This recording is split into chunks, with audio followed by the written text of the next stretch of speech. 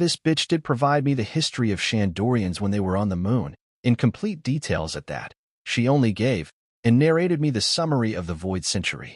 Amon thought as he felt the AI about to continue her words. My masters from 800 years ago had instructed me to not let things out unless I learned that the world's changing. The cold voice said. Amon then put his legs on the table as he leaned back on the comfy chair. Okay, and unless I came here, how would have you learned that the world is changing outside? Amon recalled how an AI was never introduced in anime, or is it because he died early? You were stuck inside here, underground with no ways to go out. You accepted your previous dead masters coming here and providing the news to you? Amon said as he slammed the keyboard again, but the keyboard fixed itself. I never expected a Shandia to discover this place anyways. The emotionless robotic voice didn't feel so emotionless for a second, as Amon smirked internally. If you hadn't come, according to my previous calculations, 15 years from now, I would have ringed a large alarm for the inhabitants of this island to hear. After they have found me, I would have naturally learned if the world had changed to an eligible state for me or not. And also there I would have trusted my powers to a chosen Shandia as my master. However, it's 15 years before my calculations. The world most likely hasn't changed yet, so I can't give my powers to you. Not only that, I do realize how much of a dangerous child you are. But don't worry, 15 years later, I will give myself up to you. You are dangerous, but in the end, you are a Shandorian, you are one of the ones I serve. In a sense, you might be the best master that I have had until now. Wait patiently and you'll get everything. Amon chuckled to himself. She is good at this, using humans' greed against themselves. However, he frowned soon enough. So, you were saying I would have to wait 15 years? Is this a joke? If so, that's not funny. Then I would only come back to this hall 15 years later then. I can wait till that time to move my wings. Amon said as he got up from his seat and prepared to leave. Bye. I will now go dash. Wait. Amon stopped in his ways while smirking internally. If you are able to prove that the world has started to change before my prediction, then I will give all the access to you, and fully consider you as the new master. After all, I'm an artificial intelligence. I can be very wrong, and my calculations may also be flawed. Amon sighed and again sat on his chair. All right, but how do I prove the world is in a state that you want? You always talk about fateful hour, but you never explain shit. The computer screen started to calculate. Beep. I didn't tell you before since you wouldn't have understood anything anyway. But now that you have the history in your grasp, I will tell you. Amon looked at her camera. 800 years ago, a country named Wayno's borders were closed. I won't reveal why. Amon frowned, but the next moment he snickered. After that, a half Shandorian and half Wayno nationalities girl named Amatsuki Toki was given a job. Accepting it, she used her powers to skip time. Her goal was to open the Wayno's borders. When her goal has been completed, it will indicate the change in the world. Amon's eyes almost widened. Odin's wife, Toki. She's a Shandorian? But she doesn't have wings, no. That can be explained in many ways. Amon tried his best and suppressed his shock. So you will only let me access everything from you after this Wayno's borders opened. Damn, this sounds like a wife who would only let the husband touch her after she gives birth. Slut. The AI didn't mind his words. Actually, no, you don't have to wait until Wayno opens, even though my masters ordered me to only make a move after that happens. But according to my calculations, by then things would be close to the start of another great war, a war that would be history's biggest yet, surpassing the one of 800 years ago. Amon took her words in his mind very seriously. You only have to give me enough proof that Master Toki reached this Wayno and is living there now. Hearing her, Amon was silent. He already knew Toki. Odin's wife died, so how will he prove? And what if she came here and is now dead? He asked. Again, the screen went calculation mode. Beep.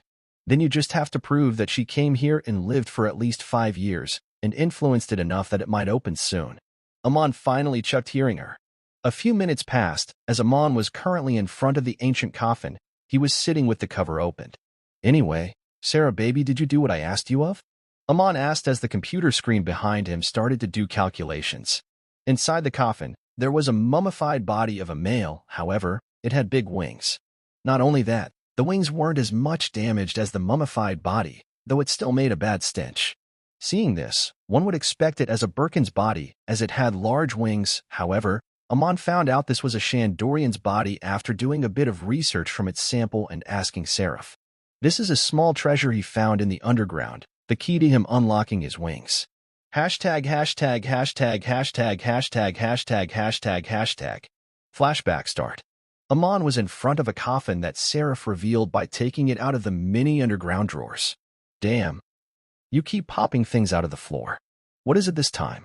Amok asked as he looked at the coffin while keeping his distance from it. Beep. Please let me summarize things. This body is the body of a king of the Shandora. He is someone who envied the flying birds in the sky. Seeing the birds roam freely in the sky, he felt like a shackled bird with unusable wings. Amon nodded. After he inquired me, I searched through the data and found out that in the moon, a few thousand years ago, there were a few Birkans who were able to fly using their wings, as the king gained hope to one day fly himself. Amon nodded his head. The Serif did tell him about the flying Birkans. After this, the researchers, scientists, and doctors of Shandora tried their best to find ways to use these wings. After a few years, the king was able to enlarge his wings. In fact, they even moved. However, they were unable to move fast enough for the king to float, let alone fly like the birds. The king got frustrated, yet having larger than norm wings gave him a sense of superiority over the other Shandorians. Like this, he lived a long life and died peacefully. I understand, Amon said. But, do you know what type of medicine he took or surgery he went through to have this type of wings? Amon wasn't interested in useless history like this. He wanted to learn the crucial thing.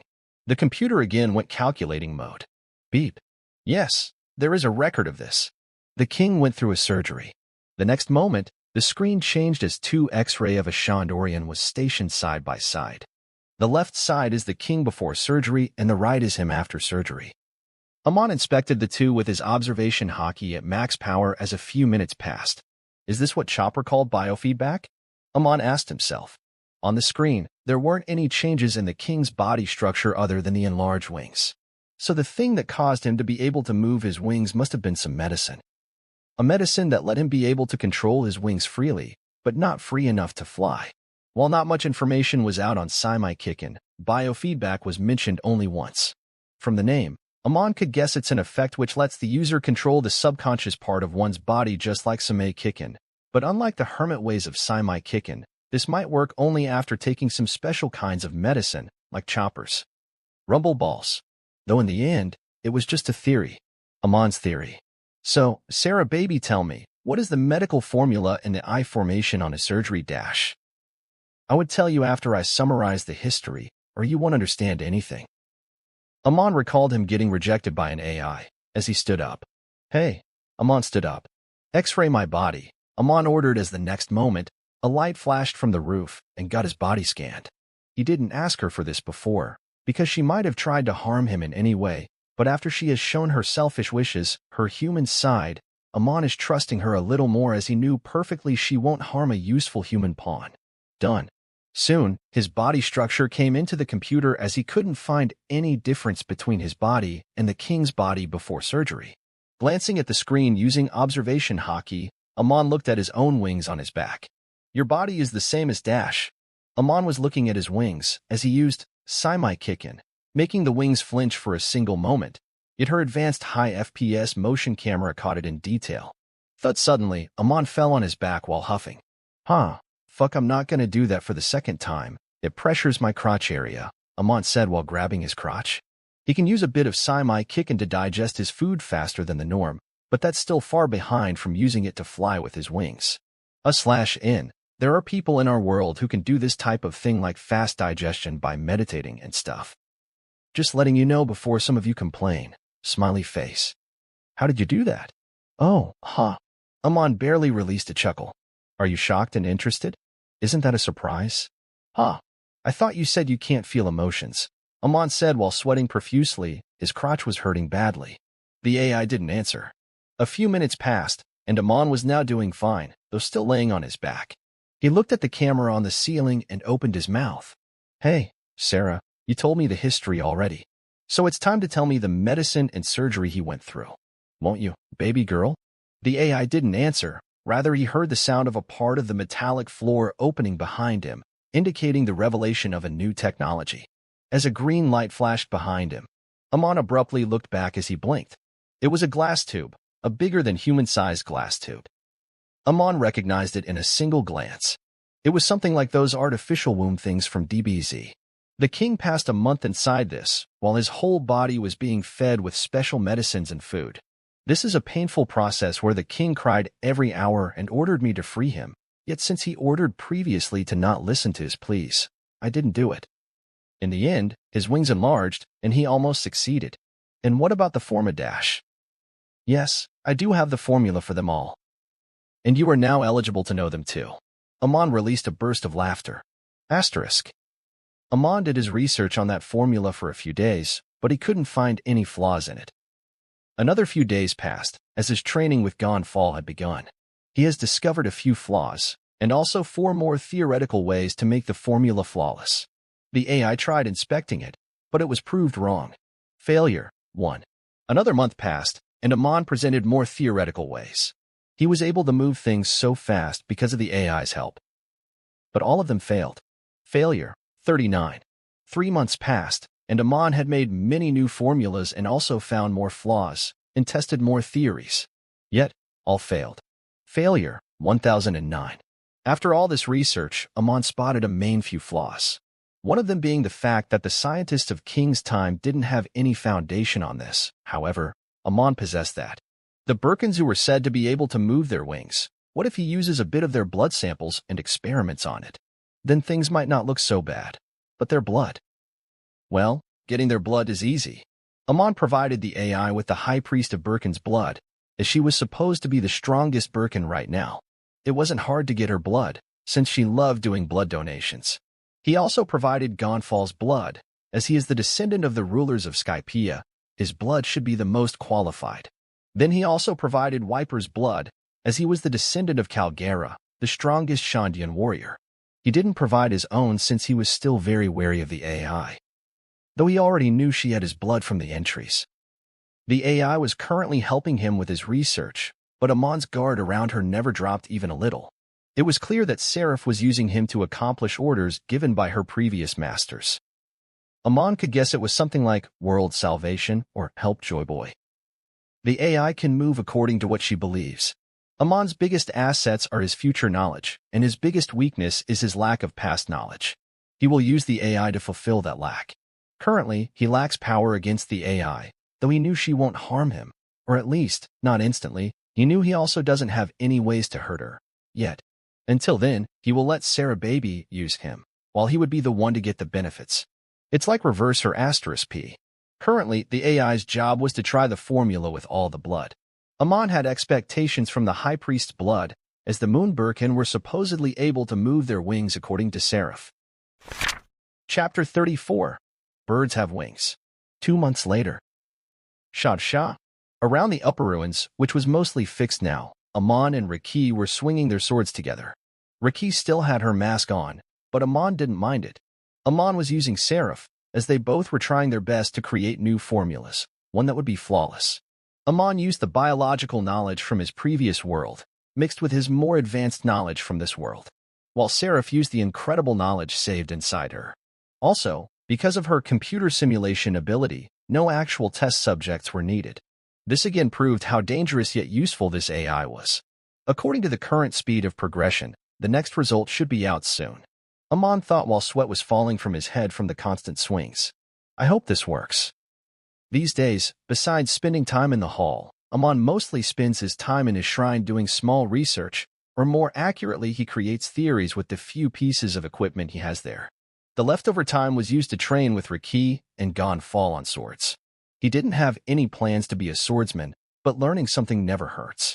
Currently, Gan Fall was not here, as he used the excuse of being a Sky Knight and left them while appointing them a number of swings to finish.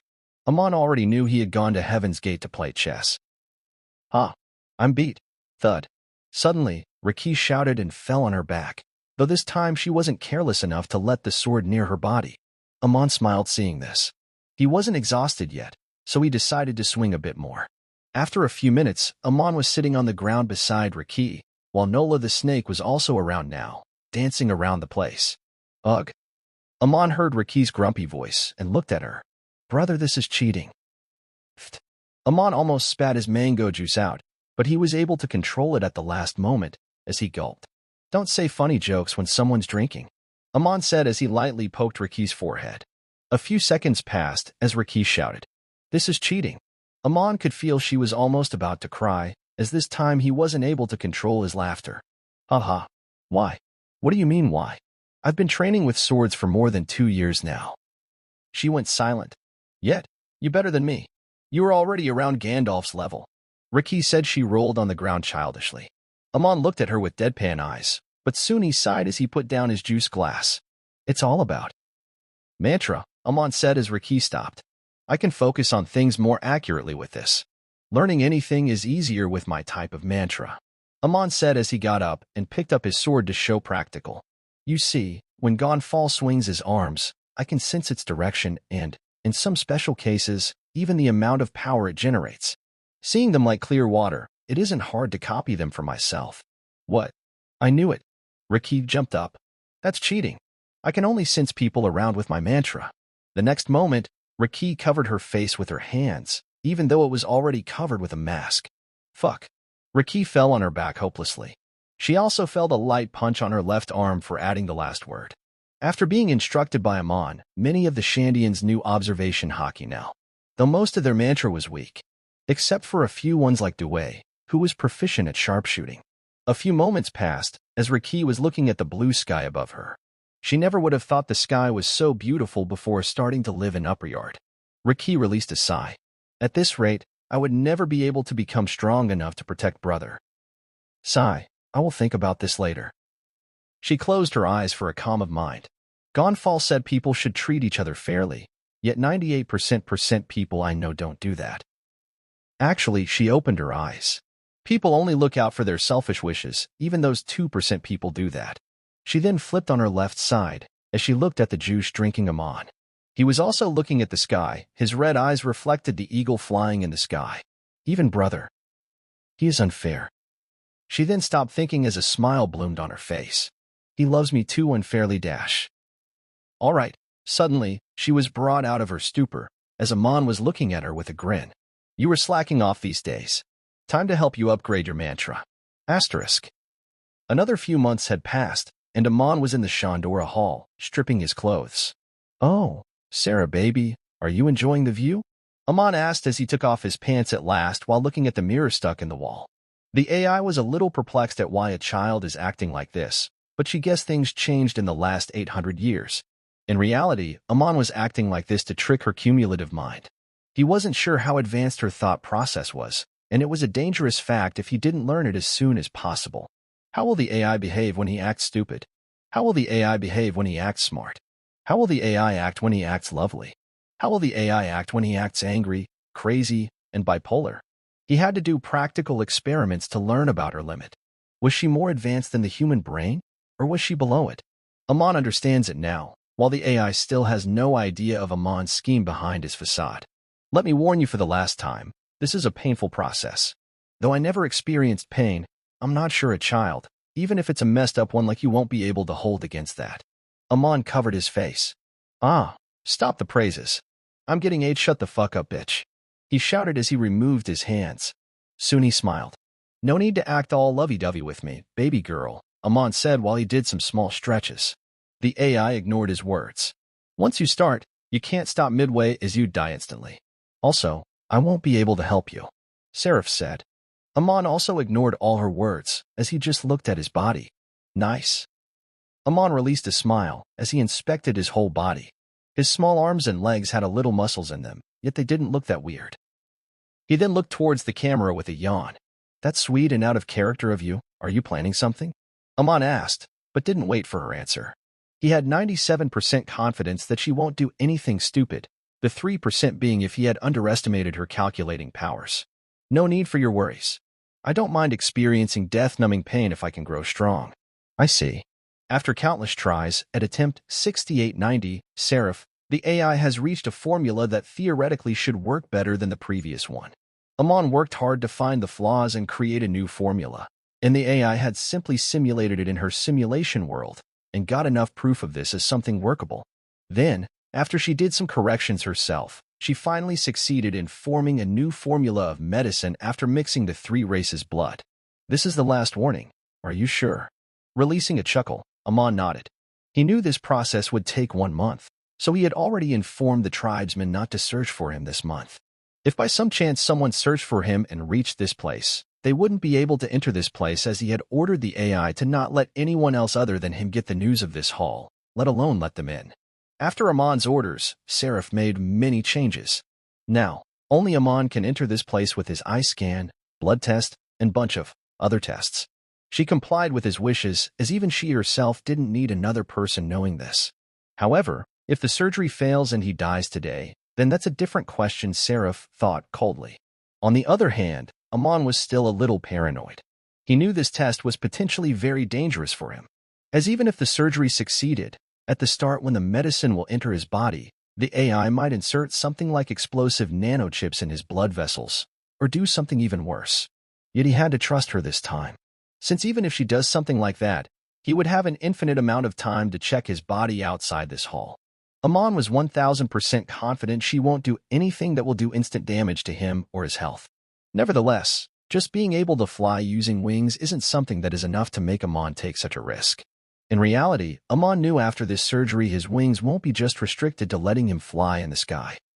According to his hypothesis, he will get at least a 6x power boost just from having 2 workable wings in his back. He could have waited long and had the surgery done by the best surgeon. Like for example, Trafalgar Law, the current holder of Opopnomy.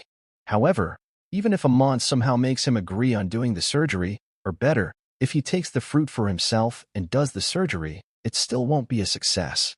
Because here, the main point isn't the surgery nor surgeon, it's the medicine, its formula, and most importantly, the high-tech pieces of equipment laying around. This time, he has a 3% chance of dying. It's low, but it's still dangerous. Yet, Amon knew, One won't get dog shit without taking risks. Anyway, we should start now?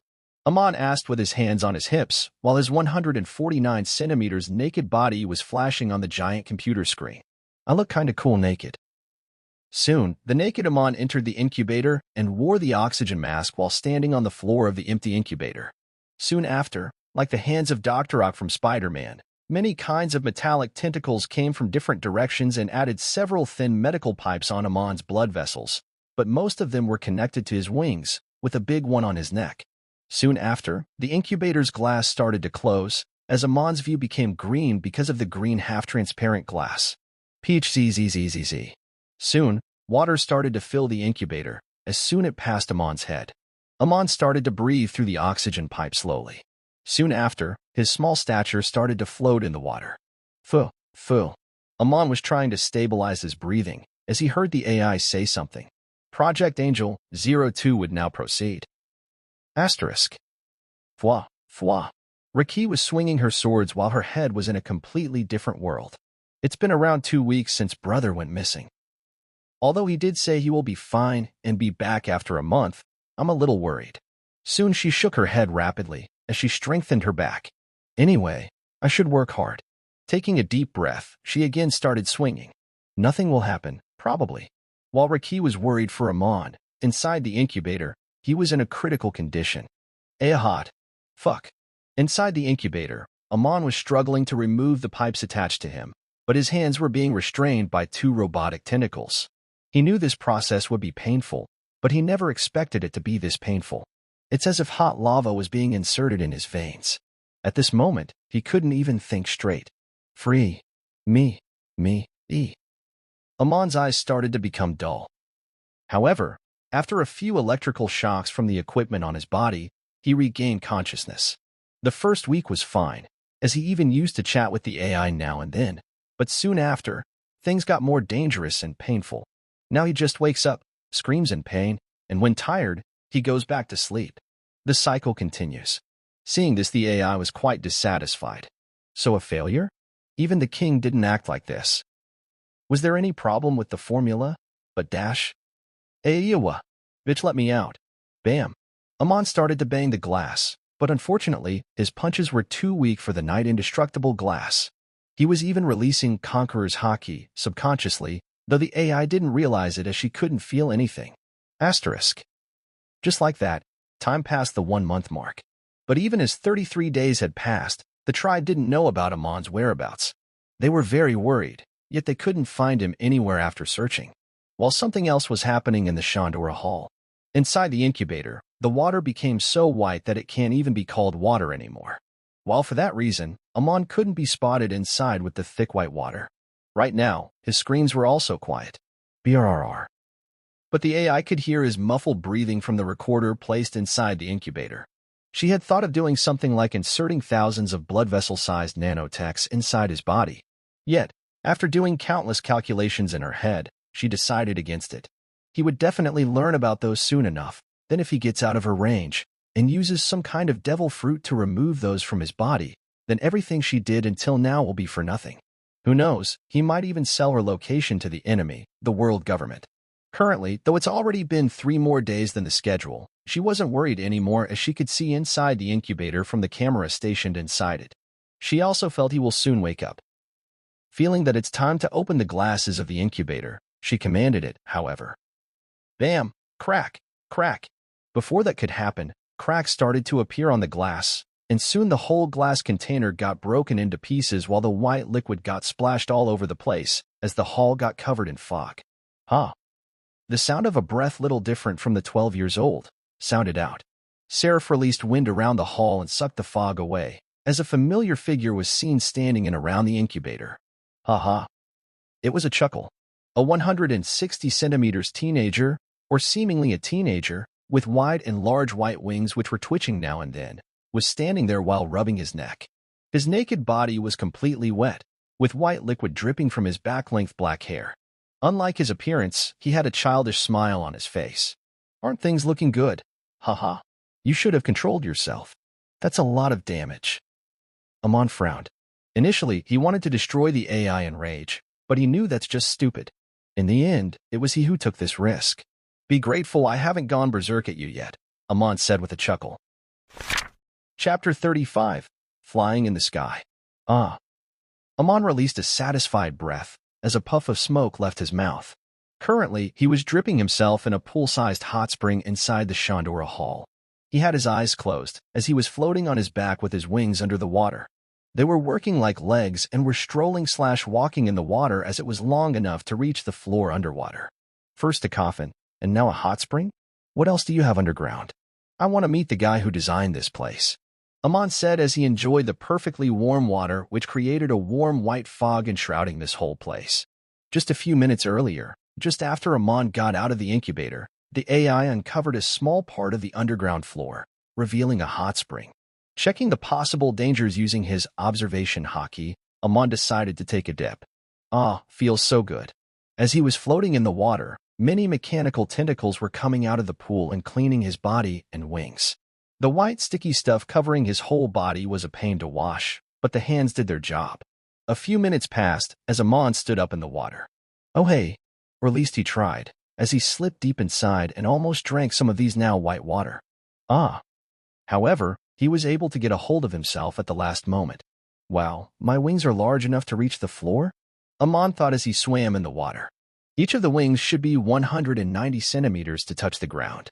But when I came out first it wasn't so big. Wait, is it because dash? Well, it's not impossible. Amon just shook his head at the possible power. Hey, why is this hot spring so deep? Amon yelled towards the AI's camera, as it just beeped. It's not that it's deep, it's just not for you. The ones living here 800 years ago weren't short like you. He just ignored it and slowly got up from the pool, walking towards a mirror. Soon, he looked at him in the mirror. His hair was long, too long, as it even reached his back. His height also increased, now a little more than 160 centimeters. With his body, his muscles also grew, as his body became more attractive. Though not good enough to be called the famous swimmer body yet. And unless he is naked, everyone would still take him as a girl. The part that stood out the most from the rest of his body is his wings. The wings which were large and wide as if they were proud of being able to exist and move, while the newly wet feather only improved its beauty.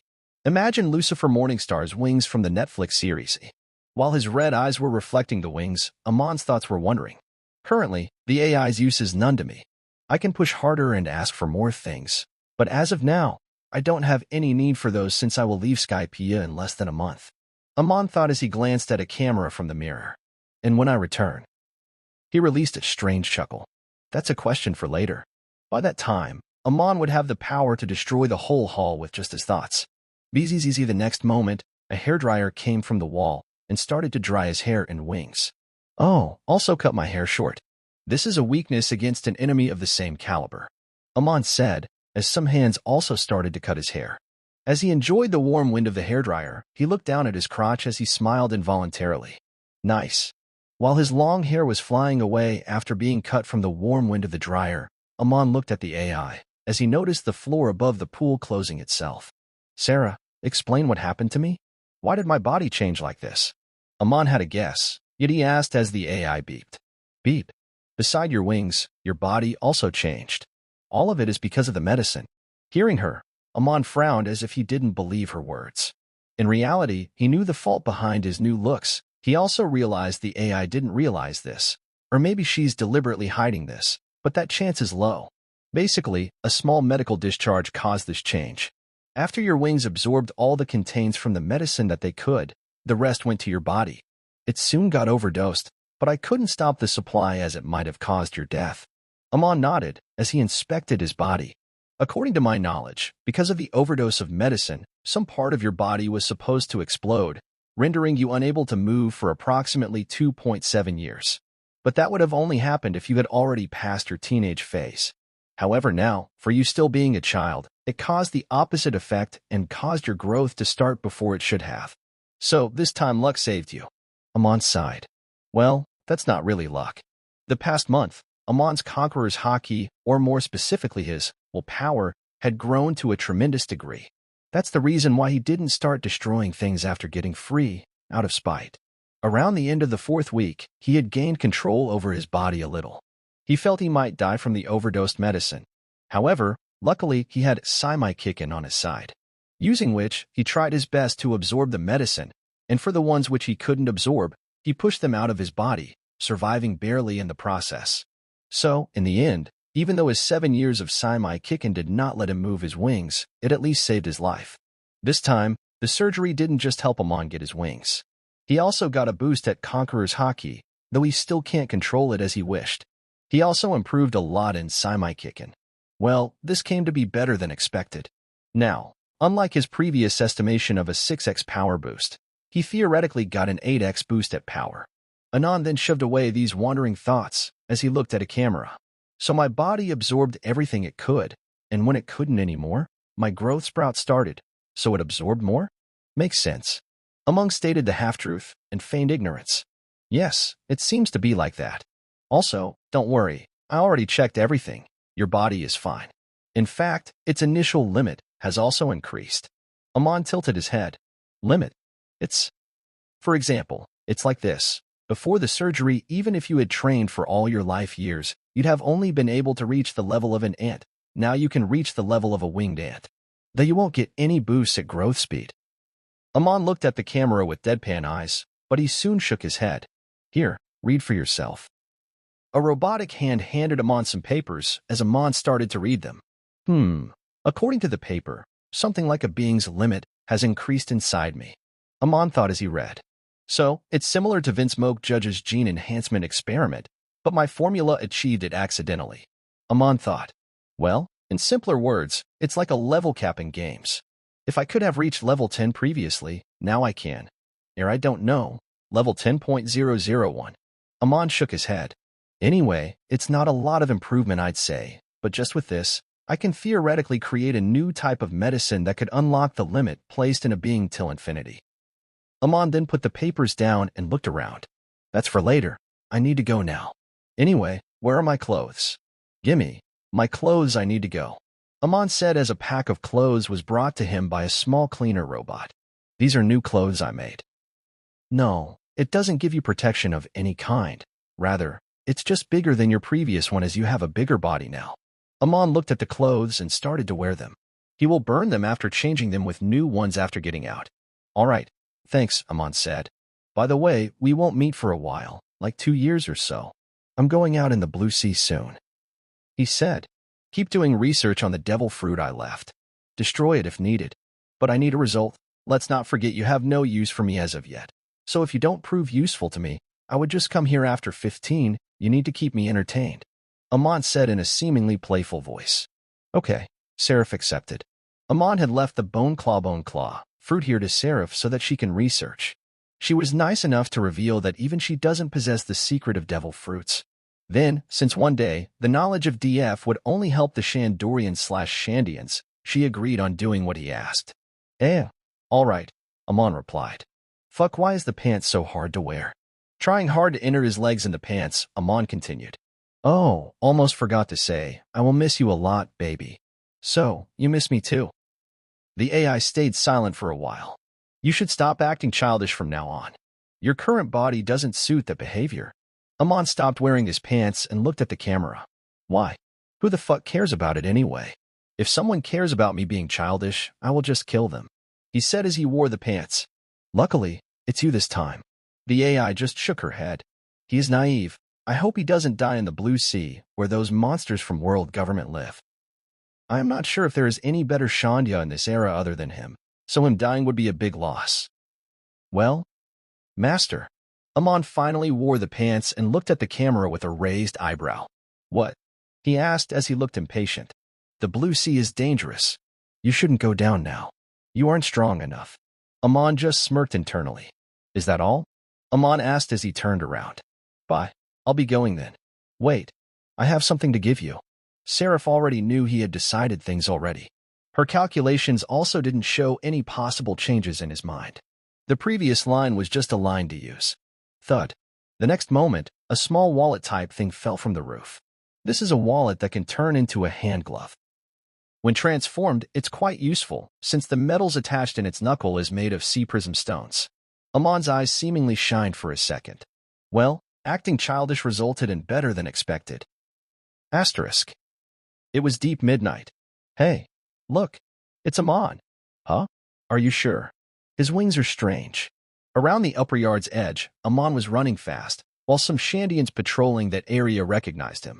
Fat, fat, fat. Currently, his wings were flapping rapidly, but he was having a hard time trying to fly. He's been trying this for around 2 hours now, yet he couldn't succeed. Finally, coming at the edge of the upper yard, he jumped. Fat. With a single flap of wings, he leaped high in the sky. Maybe. That's an angel. Yoo-hoo. Around 7 hours later, Amon was flying high in the sky. He had his mouth agape and eyes wide. Is this how birds feel? Asterisk fat. Fat. Asterisk. His wings were not flapping rapidly like before. They had already got a hold of the wind. Each of their flaps was strong, more than he initially expected.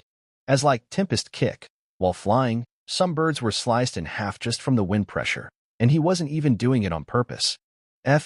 Amon's short hair was being caressed by the aggressive wings as he was flying at the speed of 300 kilometers per ph.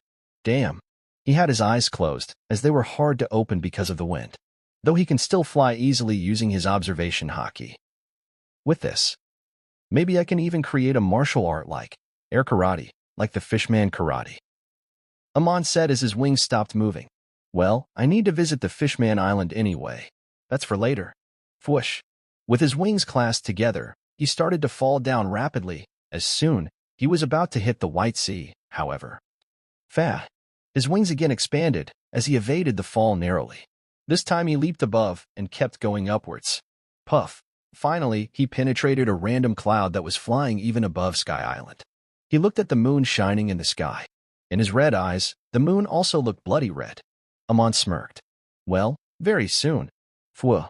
Again, Amon fell down as he leaped higher than before. Just like that, as if a child who found a new toy, Amon kept soaring over the sky. Soon the moon vanished, and the sun took its place, yet Amon didn't stop. That day Amon realized his wings were not like birds. Rather than calling them wings, it would be better to call them a second pair of hands. He can punch using his wings, and he can also scratch his back. He can even muster anyway.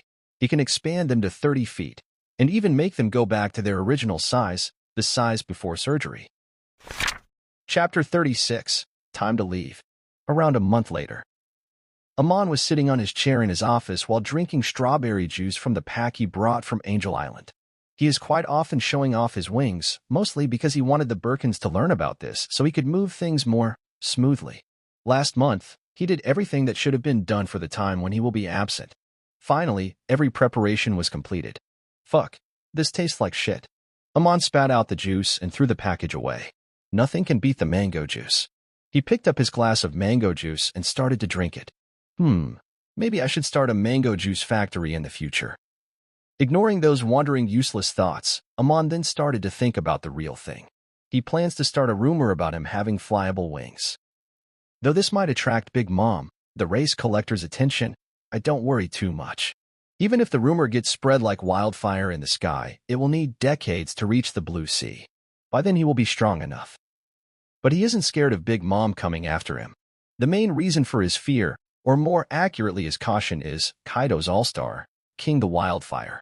That guy has black wings. Amon thought with a frown. I would have taken it as a given that he just likes to clad his wings with hockey for protection always. However, according to Big Mama, he is from a race which went extinct. As a Yonko, she should definitely know about Skypiea's existence, so it doesn't make sense that she would call King a member of an extinct race. Amon thought. So it's 110% guaranteed that King is from a race who possesses black wings. Amon thought as he bit his lips lightly. From all the myths in his previous world, a fallen angel or Satan is the one to have black wings. Yes, those are myths in his previous world. However, Satanism does exist even in One Piece, as some random weirdos summoned Brook using Satanism bullshit.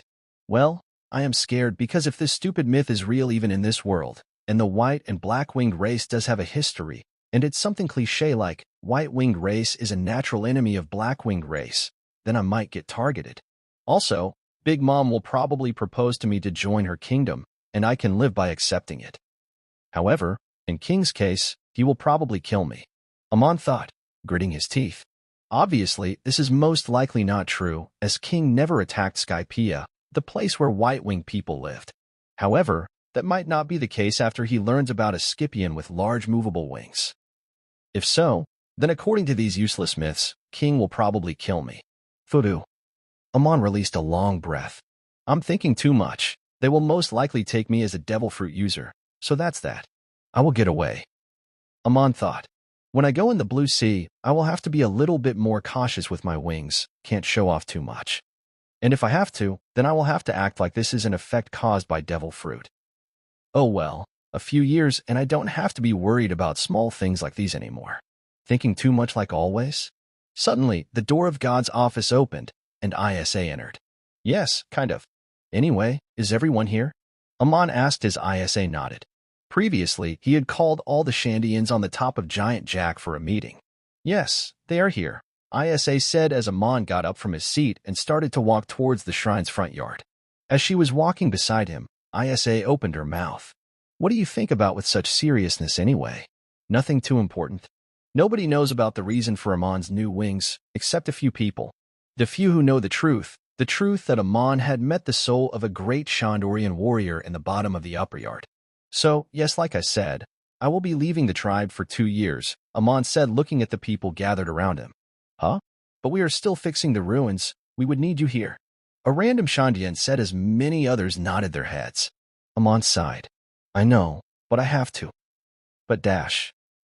Now it's decided, Amon said as he pointed at the chief sitting around the place.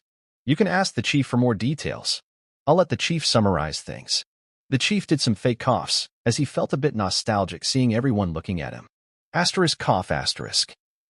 Anyway, he said, even though the Blue Sea is a dangerous place, it is also a place where knowledge as valuable as Verth is laying around.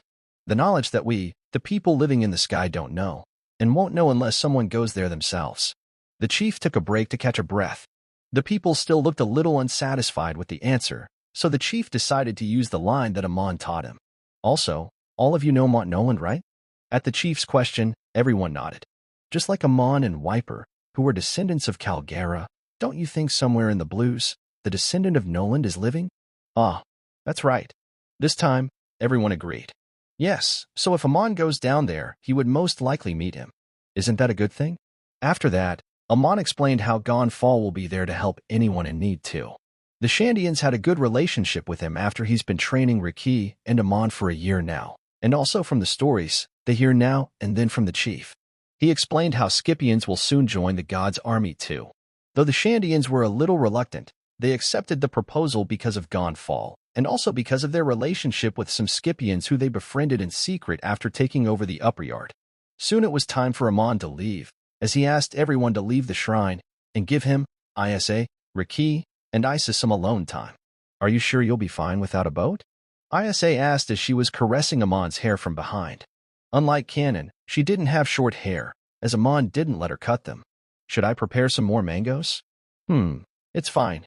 I don't need a boat, but I need mangoes. You don't have to treat me like a kid anymore, though, Amon said as he was playing with Isa on his embrace. Why? Are you a grown-up now? She said as she hugged him tightly from behind, as her chest pressed against his back. Can I not act like this with you anymore? I don't know. It's up to you to decide. If you ask, I can be your little shit. Amon bit his tongue as he realized how he was about to flirt with Isa. My days with the AI messed up my mind. I need to calm myself down in the blues. Were you saying anything? Isa asked, unaware. Nothing. Keep doing what you are. Just like that. A few hours passed. Raki was pretty quiet the whole time, even though she was still playing with Amon. She was still wearing the mask, though. With Isa falling asleep, Isa went inside the shrine to leave her in the god's comfy bed. Amon didn't really mind anything like these, yet previously, Isa never left Isa in God's shrine, nor did she stay. But now since Amon is going to leave, she didn't mind using the comfy mansion for her and her daughter. Hey, brother. Suddenly, Raki called out as Amon looked at her. She was standing in front of him, with her back straightened and hands shaking. I will become strong in the 2 years you will be gone, she said as Amon smiled softly. He expected her to cry and beg him to not leave. However, it seemed the little girl was growing now. Amon didn't answer as he crouched down, took off her mask, and surprised her. Yeah. What are you, Dash? Raki tried to cover her face with her hands, but Amon caught them. She realized her promise she made to herself was just now broken. No need for that shit, Amon said. You want me to leave for 2 years without seeing my sister's face? He said as Raki looked down. Soon, Amon laughed out loud. Before she could realize why, she felt a forehead touching her own. Raki, you are half my size, with his forehead touching hers, Amon said. The tip of his nose also touched hers. Raki's face became red. It's been a long time since both of them have been this close, and now Amon looked quite different than before. 2 years from now, when I return from the blues, I want to see you the same height as me. Become strong enough so that I don't need to protect you any longer. Raki's hands were shaking, as was about to faint, but she still uttered the last words. Why, yes, big brother. Amon kept looking at her with a smile, but his internal thoughts were quite different. TCH, so dramatic. Amon didn't really feel anything too much for leaving Skypea for 2 years. In fact, he was happy to do so. He was, for a long time, feeling quite crammed in this place. Even though the sky was wide and tall, he still wanted to go to the blue sea right now. However, he was aware, even if the 2 years time frame was quite little for him, it was quite long for a child like Raki's mindset. So instead of just straight up leaving, he decided to boost her will. Though she won't grow as tall as me in 2 years, at least she will train more diligently. Another few hours later, when Raki was wearing her mask again and ISA had returned, Amon was about to take off. Did you forget anything? Do you need more mango? ISA again asked as tears were forming on the corner of her eyes. No. Do you want to stay a few more days? Amon just smiled at her constant questions and shook his head. Raki was there clenching her teeth to not cry. Anyway, I will be going now, Amon said. I will come back. 2 years later, ISA wiped her tears and smiled. Amon gave a last glance at Raki and decided to take off now. His wings soared up, and FH flapped themselves. Flight. Phew. In a second, Amon leaped high in the sky out of the two's sight. He wanted to retrieve the Goro Goro no Mai just now, however. That would be very hard. From what he gathered, the fruit is kept inside a hidden chamber in the Temple of Birka. Trying to sneak in is impossible since it is always guarded by people with a high level of observation haki, along with the fact that the hidden chamber's location is also unknown to Amon. In the end, even if someone managed to find the chamber, there is also the fact that it is kept inside a locker with a special key, which is in the hold of the archpriest. Amon's only chance is that he has to the locker, which will make a commotion, and he will be found out before he breaks it completely. A war would be inevitable at that rate. Where 3,000 Birkan priests proficient at mantra and possess great battle experience would definitely win against the 130 Shandians. Amon was at the losing end, so he had to play safe. Enel is supposed to get the fruit at 1516. This is only 1512, so unless something massive gets changed, he won't get it before that time. Shaking his head with a smile on his face, Amon closed his eyes. The next moment, he opened his sharp eagle eyes. I will become strong. Enough to not worry about some random king.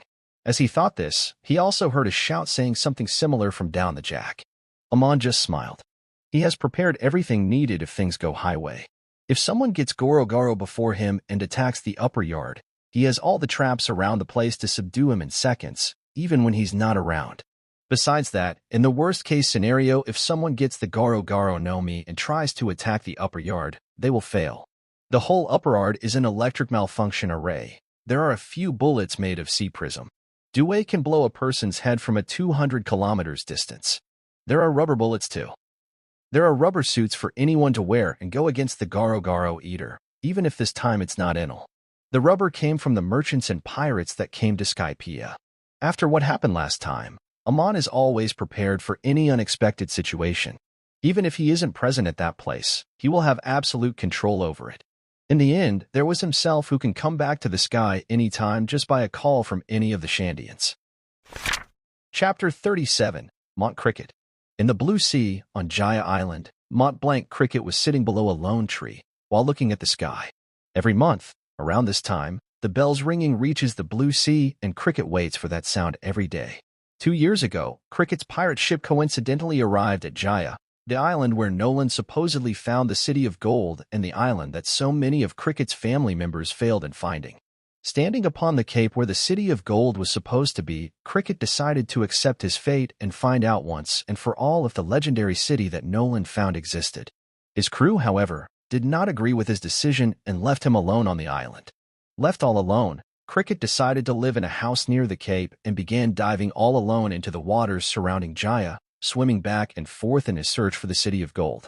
Maybe it was a godsend, or maybe he just hallucinated. But during his third month of constantly diving, Cricket heard the sound of a bell ringing coming from the sky.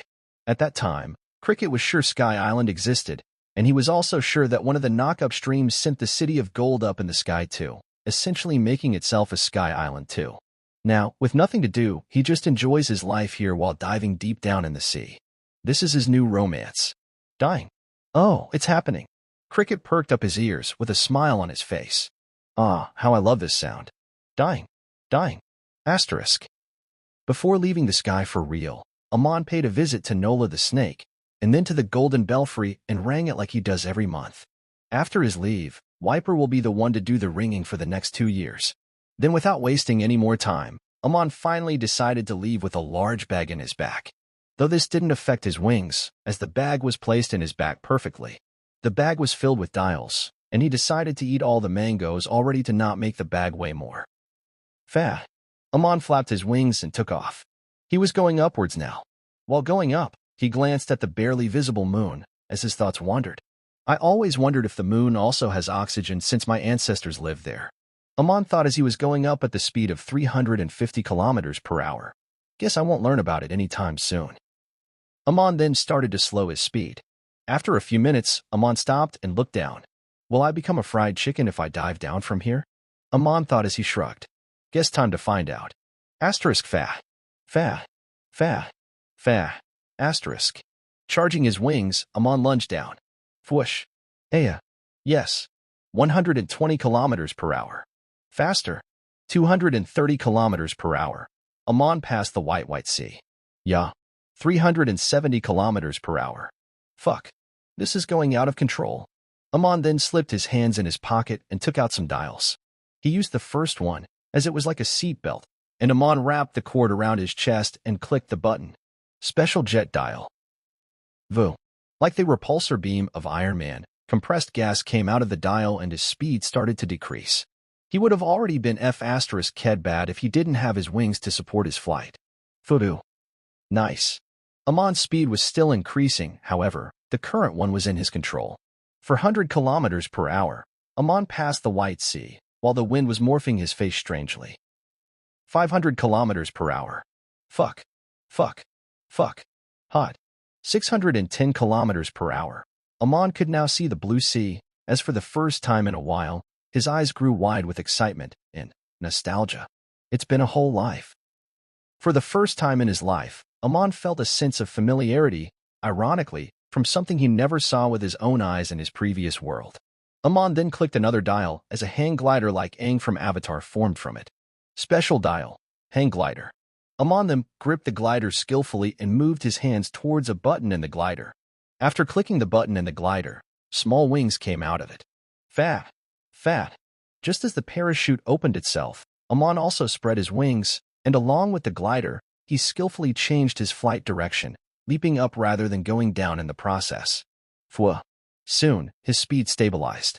It was still fast for a normal person, but for someone who's been falling at the speed of 600 kilometers per hour until now, it wasn't that fast. Maybe I should do this often.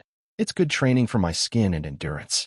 Amon said as he then decided to go down slowly, at the speed of 100 kilometers per hour. Minutes later, Amon could spot a black dot in the clear blue sea below him. He could guess what it was, as the Skypiean usually flies around Jaya. So that must be Jaya. Without wasting any time, Amon tried to see things down there, possibly more than 6,000 meters down. He used observation hockey, but it didn't work, as he could only zoom in a little.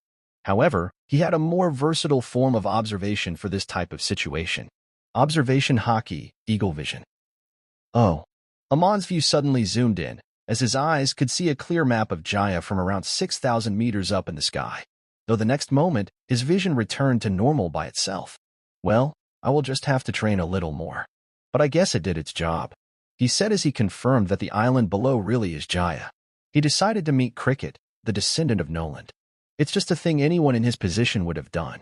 Cricket's POV. It's been a few hours since the bell last rang. I was now stretching my body to prepare for the next dive.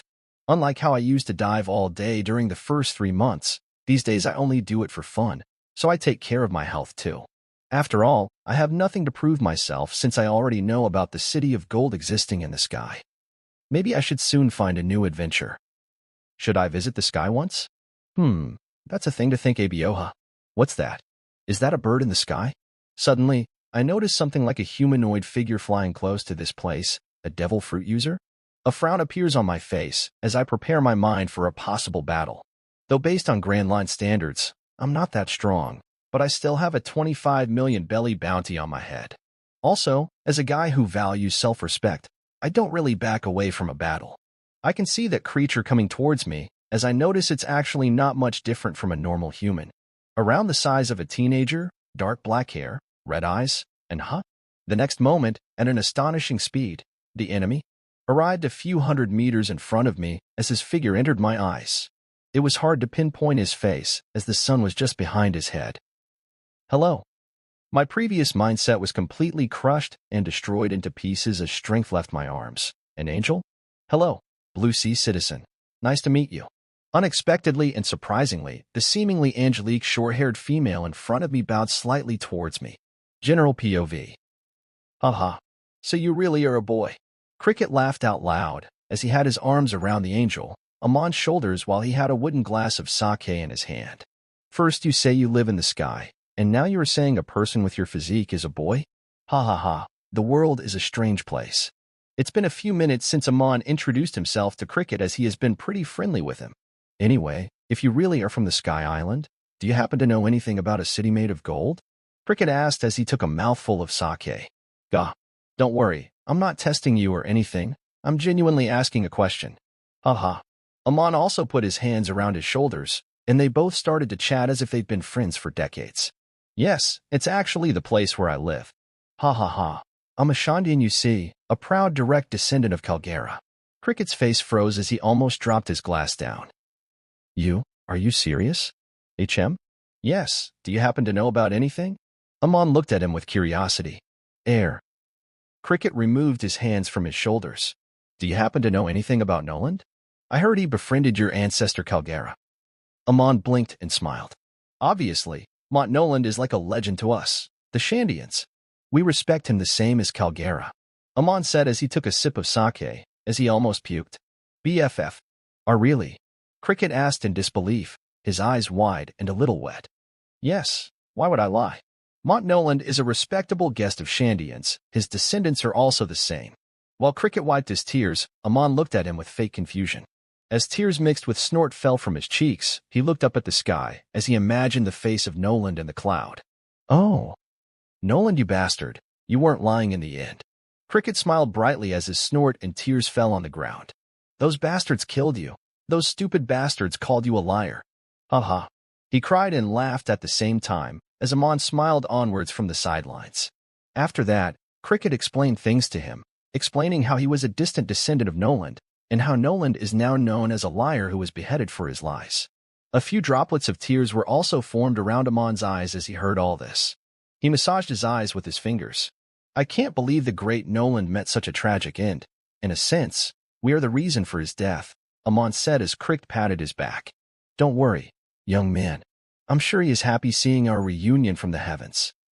Cricket said, as he also wiped his eyes. He was truly happy for what happened today. He felt as if his life had just found a new meaning. He wanted to scream to the ones who called him and his ancestor a liar. Look. Noland wasn't lying. Look at this teenager with wings. He is from the city of gold. He wanted to scream it loud and tell the whole world that Noland was no liar, and he also isn't one. After that, Cricket treated Amon better than before, while they both hunted some animal to eat. While eating, Cricket finally asked the thing that piqued his curiosity. So, Amon, why did you come to the Blue Sea anyway? I never saw any Skypieans in here before you. Cricket asked as he was pouring his mouth with beef meat, while Amon was also doing the same. Well, gulp. The priority was to find the descendant of Mont Noland, and then to learn about the world in the Blue Seas. Amon said while filling his mouth. I guess the first one is complete already, so I will now leave for an adventure. Amon was loving the food, as it was free, so he ate everything he could. I see. Then what do you want to do now? As he asked, Amon looked at him confused. Well, You see here in the blues, it's not a good match for you to be a merchant or adventurer. You should choose between being a pirate, marine, or bounty hunter. Oh, you probably don't know much about them. Let me explain, Dash. It's okay. Amon cut him. I already decided before, I will be a bounty hunter. I plan to visit Whiskey Peak, the paradise of bounty hunters. Yawn. This is getting boring. Amon thought. I hope he has an eternal pose of Whiskey Peak, or at least ways to get one. If not, this visit would be useless. Chapter 38. Wingsword Style. 2 months later, Whiskey Peak. It was nighttime, and a bloody battle was taking place in Whiskey Peak. A large crowd of bounty hunters with weapons in their hands were surrounding 2 people, one with chestnut hair, and one with bloody red wings with blood dripping from them. Many dead bodies were also lying around the 2. Crimson Wing, you have been stealing all our targets for the last months. We didn't mind it. A deep voice said. However, you are protecting a pirate with 25 million belly in secret? Hey, talk about hypocrisy. The voice belonged to a skinny bounty hunter, as he said this from the middle of the crowd. He seemed to be the leader of the mobs. Haha, aren't you guys funny? The person with blood-red wings, Amon laughed while pointing his fingers ahead. I do what I want. Isn't that what bounty hunting is all about? Right, Amon. Beside him was the person with chestnut hair, Cricket said. Haha, Amon. You have logic, but, huff. He seemed tired. You should fly away. I don't think we will hold off against a whole island of bounty hunters, huff. He said while huffing. He had a few scratches on his body, but mostly his stamina was out from kicking constantly.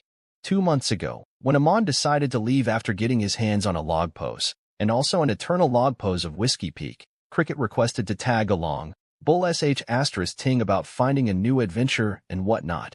Amon accepted him as a companion even though he was aware of Cricket's bounty as he himself had revealed it. He also knew how inconvenient it would be on Whiskey Peak, yet he accepted his request. There is a specific reason for this, though. The 2-year time frame would be his exam period. I will set a goal of growth for him for these years. If he passes it, I will take him to the sky. But if he fails my expectations, well, 25 million is a large number in the end. This was Amon's thought at that time. Amon grinned as he remembered his own words to himself. Don't worry, Chestnut Man. I was the one to bring you here. How could I leave you in the middle? Cricket has passed his expectations quite pleasingly. And in the past 2 months, his growth was tremendous. Amon looked back at him with a grin. Hey, Cricket. You don't mind deaths, do you? Huh? Well, I'm a pirate, a proud one. Death is common to me, ha ha ha. Cricket answered as Amon moved his head. Well, then crouch down. I will show you my new move. Oh ho? Now, that's the line I was waiting for you to say. This is officially my favorite line, ha ha ha. After releasing a burst of laughter, Cricket then crouched down with a grin. The next moment, Amon's wings widened themselves, as his feathers became pronounced while perking up. Bye, peeps, Amon said with a sadistic grin. He has been training with his wings and learning about their unique powers every now and then. Wing sword style, feather genocide. Asterisk pew. Pew. Pew. Pew. Pew. Asterisk. The next moment, seemingly thousands of his red feathers plummeted from his wings and dashed towards everyone around him, penetrating their bodies in the process. This action turned his wings into only bones. But soon enough, new white feathers bloomed on his skeleton wings. Damn. That was fire. Cricket shouted in exhilaration. Asterisk. Time skipped 4 months later, Skypiean. It's been a while since Amon was last seen in the sky, though the Skypieans didn't know that he left the sky. In the port of Angel Island, a medium-sized ship halted. The ones riding the boat were not locals, nor were they outsiders. Though they also had wings like Skypieans, their wings were much bigger than the norm and were pointed downwards as it proved their identity as Birkans. Wow, are they the Birkans? It seems like that. Look, their wings are so cool. Heh, still our Kami-sama's wings are cooler. Well, if you compare like that. The Skypieans around the port were talking as they were observing the Birkans. They were not sure why they were here, but they weren't worried. First of all, the Birkans are a peaceful race, and secondly, even if something unexpected happens and the Birkans try to attack them, they will be done in by the militia. Last 6 months, when some pirates attacked, they have seen many things. Hey. Suddenly, one of the Skypieans shuddered, realizing something important. Aren't they the Birkan priests? Damn. They are respectable guests. Really? Somebody, take them to the praying house. The ones who arrived at this place weren't just any Birkan. They are the top 6 of the Birkan race, the priests. Soon after, some Skypieans took them to a big and round church-like building at the side of Angel Island. Above the building, some words were written in bold text, Praying House. Unlike the idea the name provides, this isn't that kind of church. Rather, this is a place where the outsiders can buy a coupon that can be used to visit the upper yard, and if they pay more, they can even meet God himself. This system worked like a charm as many Blue Sea people brought the coupon with 100 million belly just to take a glance at the land of God. Though nobody brought the 1 billion offer which would have let them meet God himself. Though the offer was tempting, 1 billion was a large number and there was no guarantee of them meeting God for real. Luckily, they didn't buy it or they would have been scammed anyway, since God wasn't present at this place at the time. Nonetheless, the ones who brought the ticket of 100 million never saw the gold, as they were forbidden from entering the right side of the upper yard, even with the coupon. As of currently, the revelation of the Golden City will only bring troubles. Soon, the 6 Birkans reached the church, as they met a blonde receptionist. Hello. I heard you guys are the Birkan priests. Welcome to the Angel Island. The receptionist said with a slight bow. She was wearing a nun outfit, however, the priest could tell she was just dressed in a hurry, as her black bra under it could be seen when she bowed. She was Coin, who was playing around just a few minutes earlier as the news of Birkan Visitors reached her shortly after. She usually works in a normal outfit, but since it's the priest of the Birkans, she decided to wear the formal dress in a hurry. Thank you, mortal girl. The humble voice answered, as Coin raised her head and looked towards the man. He was tall and had blonde hair along with strange long ears. Nice to meet you. I'm the High Priest of Birka, Priest Enel. It was the Enel. The same Enel who became God after eating Gorogoro no Mi in the canon timeline. However, it is highly unlikely to happen this time around. Amithaba, Enel said, as his chest was naked and held his hands in an Amithaba position. Beside Enel, there were another 5 priests. 4 of the 5 people were the ones who became Enel's God's army in the canon. The priests are named Shura, Gadatsu, Satori. Amon would have recognized all of them, except one of them. One of them was someone who Amon didn't know from the anime, though he did know her after Reincarnation. The blood donor, high priest, or rather now, the archpriest, who is of the highest rank among the 6 priests in front. On the other hand, Coin was in a tight position. Ugh, they're the real deal. She thought internally, as she was sweating a little, albeit mostly because of the dress she was wearing. Usually, she doesn't wear her formal work dress, and performs her job in her normal clothes. However, today the guests seemed important. She wasn't sure why the priests were here, but it was clear that they came to meet God, or rather Amon as she calls him. It's most likely a political thing, so it might cause inconvenience if she acts strangely. She took a deep breath. Though I know the current God, Amon, personally, I never really saw him like that before his new look 6 months ago. This is my first time meeting someone of such high status. Sigh, get a hold of yourself, Coin. Like how people will get nervous meeting another country's president and his guards in Amon's world, it was the same in this world too. That's the main reason for Coin's behavior. Please ask me anything you need. I am the one who manages things here. Without realizing, she shuddered and bowed lightly. Ugh, who knew this job was so hard? Coin gritted her teeth internally. I only took it since this pays well. Also because it's a respectable job. This didn't exist before Amon came in power. It was easy for me to ask him for this job. I kind of fooled him if I say so myself. Coin thought as she sighed. Though she didn't know Amon only gave the job to her since she is the one of the few beautiful Skypiean he knew, making the job of the receptionist perfect for her. And as he expected, 30% of the customers who bought the coupon only visited the church because of the blonde nun and bought it by falling for her sweet words. Her husband, Pagaya, is also working as a militia as a rover and shooter engineer. Remembering this, she clenched her fists. Our family is doing very good these days. Can't mess it up, or I will lose the job. Ignoring these thoughts, she closed her eyes and took a deep breath. Phew. Then she opened her eyes with a newfound cool in them. Welcome, Priest of Birka. I'm here in your service. So, please let me know how I can help you. She said as she went for a bow again. However, she felt 2 feminine hands stopping. You don't have to be so nervous, miss. A sweet voice said. We are simply here to meet the god. She said and helped her raise her head. Looking ahead, Coin was a little surprised at how she didn't notice this girl before. It's almost as if she blended herself in the surroundings. Around 1.6 meters tall, she had long red hair along with large purple eyes. She wore a yellow robe, a pair of earrings with green pearl and a yellow lash connected to it. She looked simply charming. Chapter 39. Everything's according to. A few minutes later. Paying 10 billion extals just to meet this god. A voice as calm as sea currents said, "Don't you think it's a little too much, Archbishop? Not only that, you don't even tell us why you want to meet this god." It was Enel, who had no connection in behavior with his anime counterpart. Currently, they were being taken to the upper yard using an autoboat on the Milky Road. Just a few minutes ago, they had paid 10 billion extals, 1 billion belly, to get a coupon that can be used for meeting the god legally, though Coin forgot to mention that Amon wasn't present in nervousness. "Calm down, High Priest Enel." A feminine voice calmer than his answer. "Let's not forget I'm the Archpriestess here, not you." Enel just stayed silent with a smile, as if he didn't mind her words. Though his internal state couldn't be said to be the same. Arg. Why? Why did that idiotic old bastard choose this little girl as the Archpriestess? Why not me? His hands shook a little, as he thought of choking the girl from behind. But he quickly disposed of these thoughts. Let's calm down. She will definitely notice with her level of mantra. For months ago, the highest rank of the priest in Birka, the Archpriest, passed away. But before passing away, the old man had chosen a 17-years-old little girl as the next Archpriestess, where Enel, someone who's been a priest as a whole for 20 years, and a high priest for 9 years wasn't chosen. Enel silently gritted his teeth.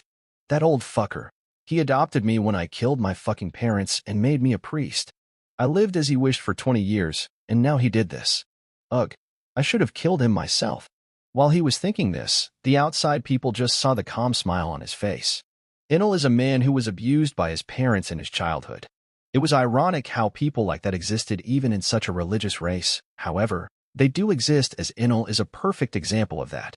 This is where his hate for God and ambition of becoming one himself was born. As he remembered about this, his thoughts again got lost. That fruit. I hate that. My bastard parents only did what they did because I once said how that fruit might taste like. I was a fucking kid, damn it.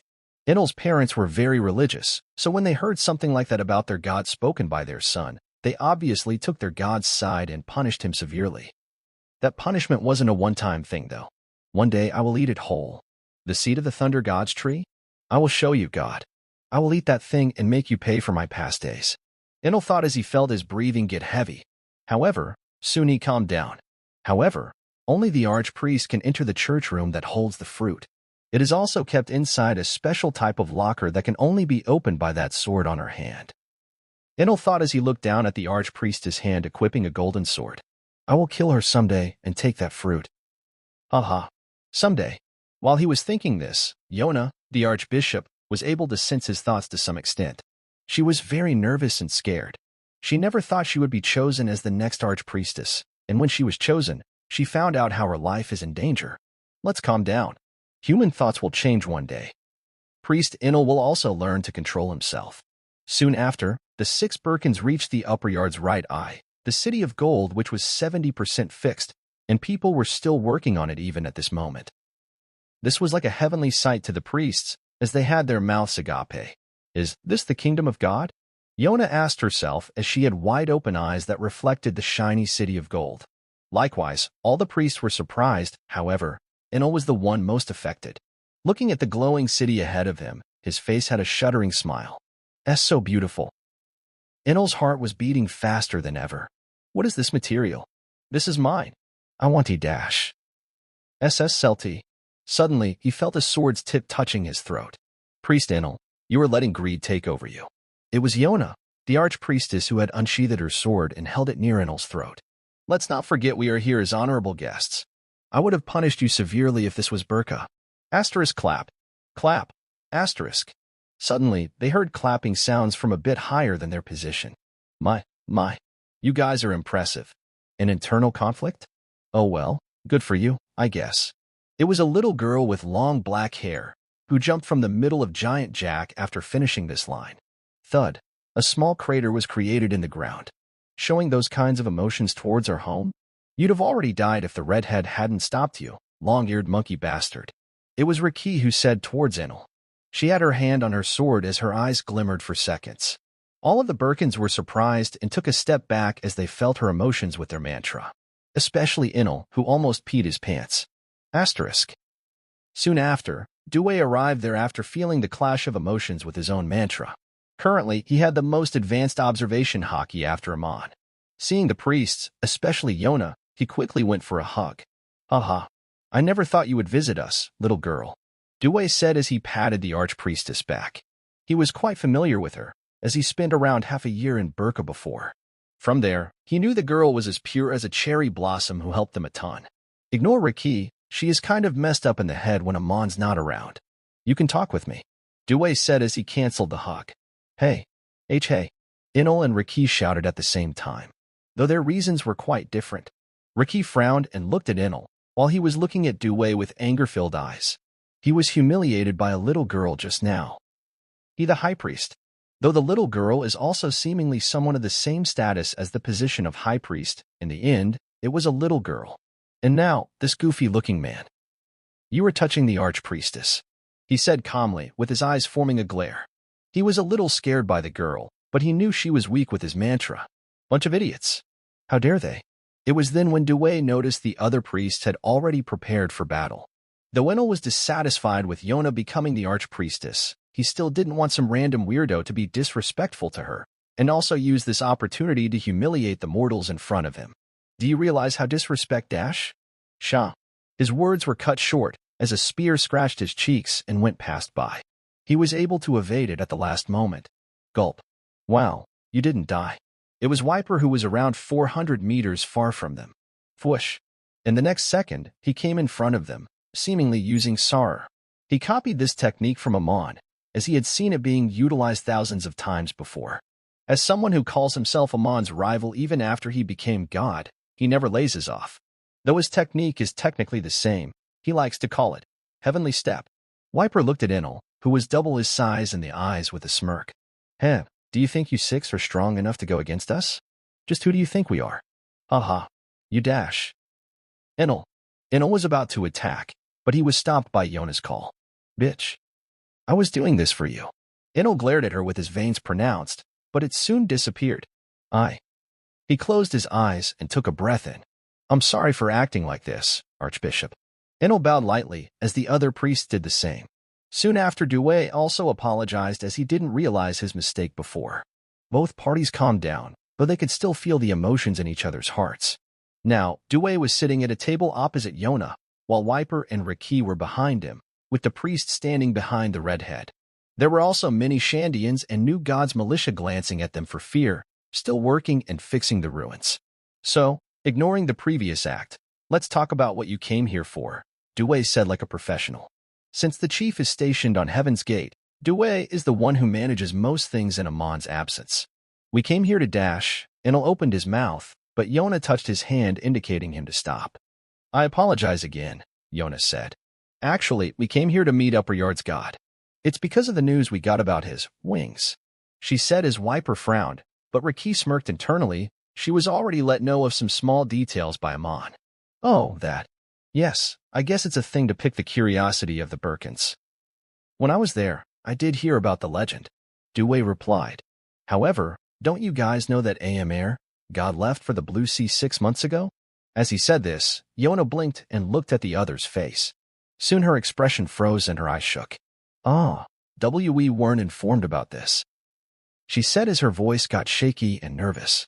Why, you see, the news is really slow in the sky, and since the god rarely comes out. So, She involuntarily looked down at the ground. Sorry, guys. Yona's hands were shaking while Inel looked at her with a glare.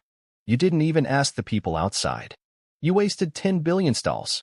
This is simply blasphemous. Her body shook hearing his words, as nervousness took over her heart. I was too nervous and excited. Also, who would have ever thought a winged person would leave for the Blue Sea? She thought.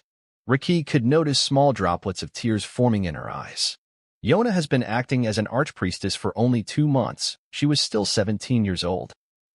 She always was unsure of doing things, yet she presents a confident outlook to not dissatisfy her subordinates. Now everything is a mess. 10 billion is a lot. If I achieved what I came for, that money would not have wasted even a bit. But that person isn't even here. As she was getting nervous, the other priests were looking at her disappointedly, especially Enel glaring at her back. While Due, Wiper, and Raki just looked at each other. Due caught their attention. Since you already used the money, we won't be able to give them back, as even you should know it's a bad omen, he said as the priest stayed silent. It was a famous belief in the sky, even in Birka and Shandia. Asking for something that you gave not long ago is a bad omen that will harm both sides. Looking at them, Due decided to propose his offer. How about this? Since Archpriestess, Yona, helped us a lot in our journey in Birka, and most importantly, since you guys are respectable guests, I will make it so next time you won't have to pay. How does that sound? Both Raki and Wiper frowned upon hearing him. However, they decided to let it go. They already scammed many others like this, so they can let it go once. Mostly because it might hurt their reputation if they do the opposite, as the Birkans are a strong and influential force. No. Enel interrupted. He had enough of the games of this little girl. We need them back now. We don't care about you guys, bad omen. Our people also need the money. As he was trash-talking, Raki slowly started to unsheath her sword, but Due stopped her. Stop, Raki.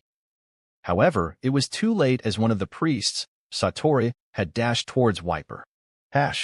Though Wiper didn't care, as he also prepared for battle. A small fight broke out, as both parties were able to stop each other at last. Yona apologized and accepted the offer, then left with the others. Finally, both parties were calm as they returned to their base. And then, they left after a small clash. I also injured the Enel guy's arms. If I wanted, I would have cut his arms. Amon was hearing a recording sent by Raki on his tone dial, with the dial close to his ears as it was hard to hear because of the sea currents around him. The redhead was nice to Due. Also a little cute. Anyway, seeing that idiot Wiper almost revealed that you will return 2 years later, I stopped him as they might use your absence as a fact and attack us. I told them you might return anytime, but you will definitely return before the 2-year mark. Amon smiled as he heard this. Good, she's getting smarter. Yeah, the recorder time is up. All right, bye brother. Beep. Maybe not. The long-range tone dial had sent Raki's recording to Amon, who was in the blue sea. The range of tone dial wasn't good enough for it to work as a telephone from this far, though luckily it can be used as a recorder still. The Skypiean engineers and Bob are working on creating a tower above the giant jack that will make it possible soon enough. Every day, Raki sends a few words on what happened that day. And today, she had sent the important things that happened, which was so long that even the record time had expired. Amon smiled as he stopped the dial. He had already foreseen this before. He also knew Enel was a high priest currently, as the Shandian spies had gathered detailed information on Birka already. Amon, in fact, had a 110% guess on why the girl was here. However, things might change after Enel saw the shiny city. But even in that case, there is 0 chance of him getting the fruit before 1515. This is 1512. I should supply more rubber suits in the sky. Amon considered sending rubber and rubber suits with the help of knock-up streams. He has done it before, and the products also reached the sky as confirmed by Chief. FH checks. Soon, a picture came out of his portable fax dial as he intensely looked at it. Besides the 4 priests in Enel, who had his wings still, Amon saw Yona, the red-haired archpriest. This picture was taken when the meeting was going on. I should take more precautions. But the girl's arrival was part of the plan too. Amon said as he put the dials and photo in a small bag on his side. Then cracking his neck, he looked down in the sea and smirked. Time to hunt more pirates. Currently, he is flying over the sea. Flying over a pirate ship. I heard they have a bounty of 469 million in total. Licking his lips, Amon launched down. Phew. Chapter 40, He Isn't. Here. General POV.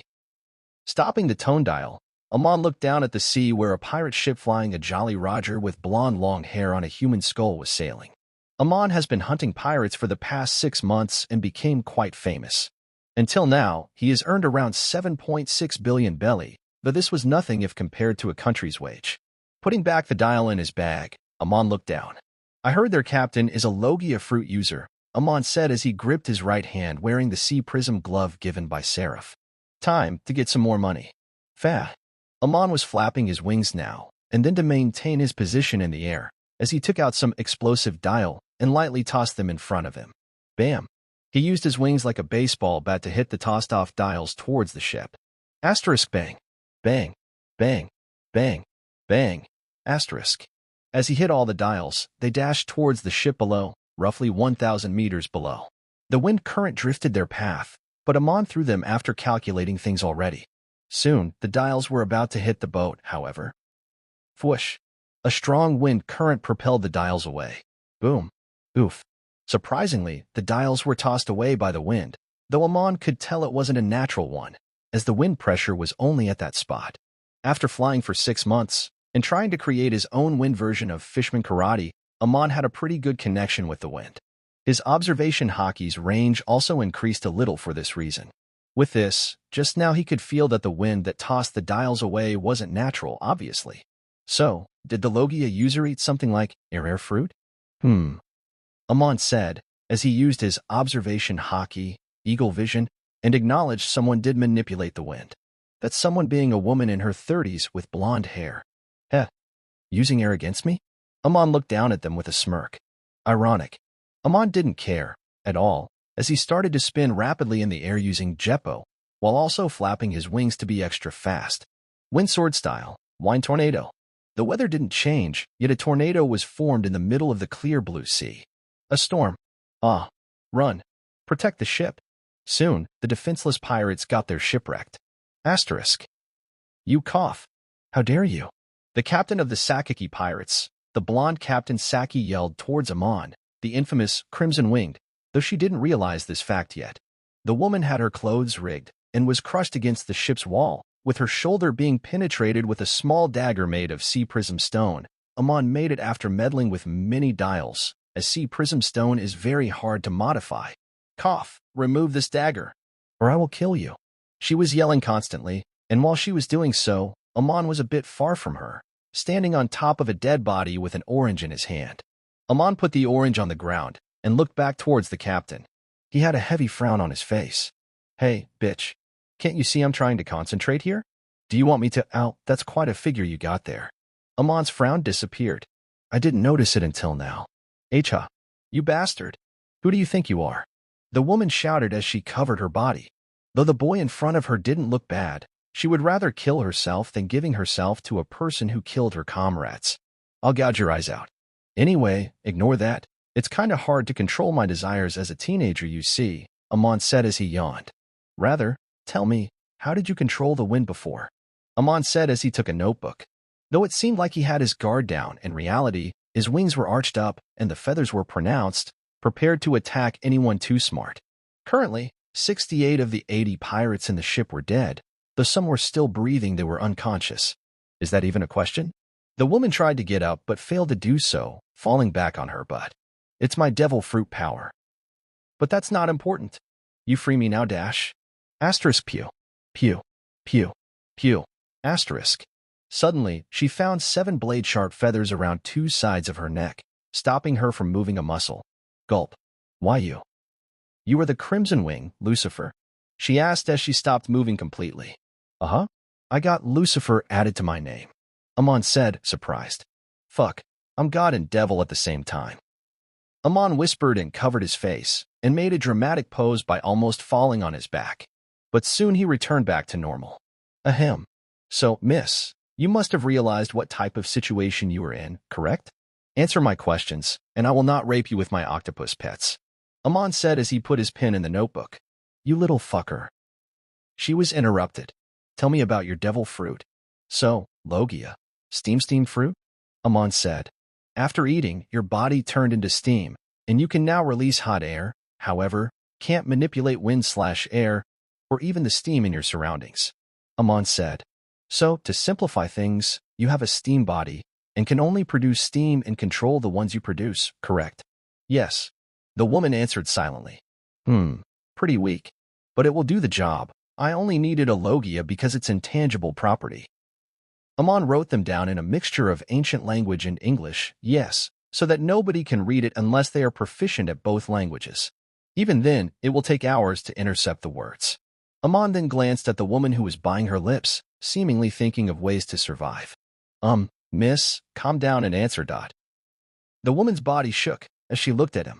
Your fruit looked like a watermelon when you first ate it, right? That's pretty cool if I must say. Amon said as he looked at a table in the middle of the deck. There were all kinds of fruit, the ones that he brought and also the ones the ship already had. It had 2 watermelons too. Amon got up and slowly walked towards her. All right, thanks. You can die happily. Your devil fruit will be used by a man who will help me greatly impact history in a few years. Amon said as his sharpened wings dashed towards her neck. W8. He stopped his wings at the last moment, though it still scratched her neck as blood trailed down. Yes? Any proposal? Amon crouched down. Why yes. Let me live. I will be your slave. She said as she had a shaking smile with sweat forming in her head. She remembered how he looked at her body a while ago. I will do anything. I'll be your sex slave if you want dash. Nope. Too late. I'm not horny anymore. Amon stood up. Sorry, and goodbye, he said as her expression paled. Sash. The next second, blood splattered throughout the ship, and soon the massacre came to an end. Asterisk. A few hours later, at the nearest marine base from Amon's previous position, he was seen flying with a giant bag in his hand. It contained the proof of the complete destruction of Sakaki pirates. Their Jolly Roger, a few of their iconic clothes, and the head of their captain was in it. As he landed on the gate of the base, the Marines stationed as guards whispered about him. Look, he came again. This time it's the Sakaki pirates. Unlucky bunch. They would have been luckier to have been captured by us, rather than die like this. Amon ignored them, as he started to walk closer through the gate, with the guards stepping back. Welcome, welcome. Amon just nodded, and walked past them, as his wings started to become smaller, and they soon seemingly disappeared. So, the rumor of him being a devil fruit user is true? Damn, and here I thought he really was an angel. One of the guards said as he looked at his back. No trace of wings was left. Obviously, dumbass. You think having wings without eating a devil fruit is possible? Well, anyway, what fruit do you think he ate? Amon does this every time he sees an opportunity. Unlike at first when he could only make his wings go back to their original size, he can even make them smaller than a human head, as they get covered by his clothes. Maybe, one day he will even be able to turn them into tattoos on his back. Soon, a Marine soldier guided Amon to the office of the captain in charge of this base.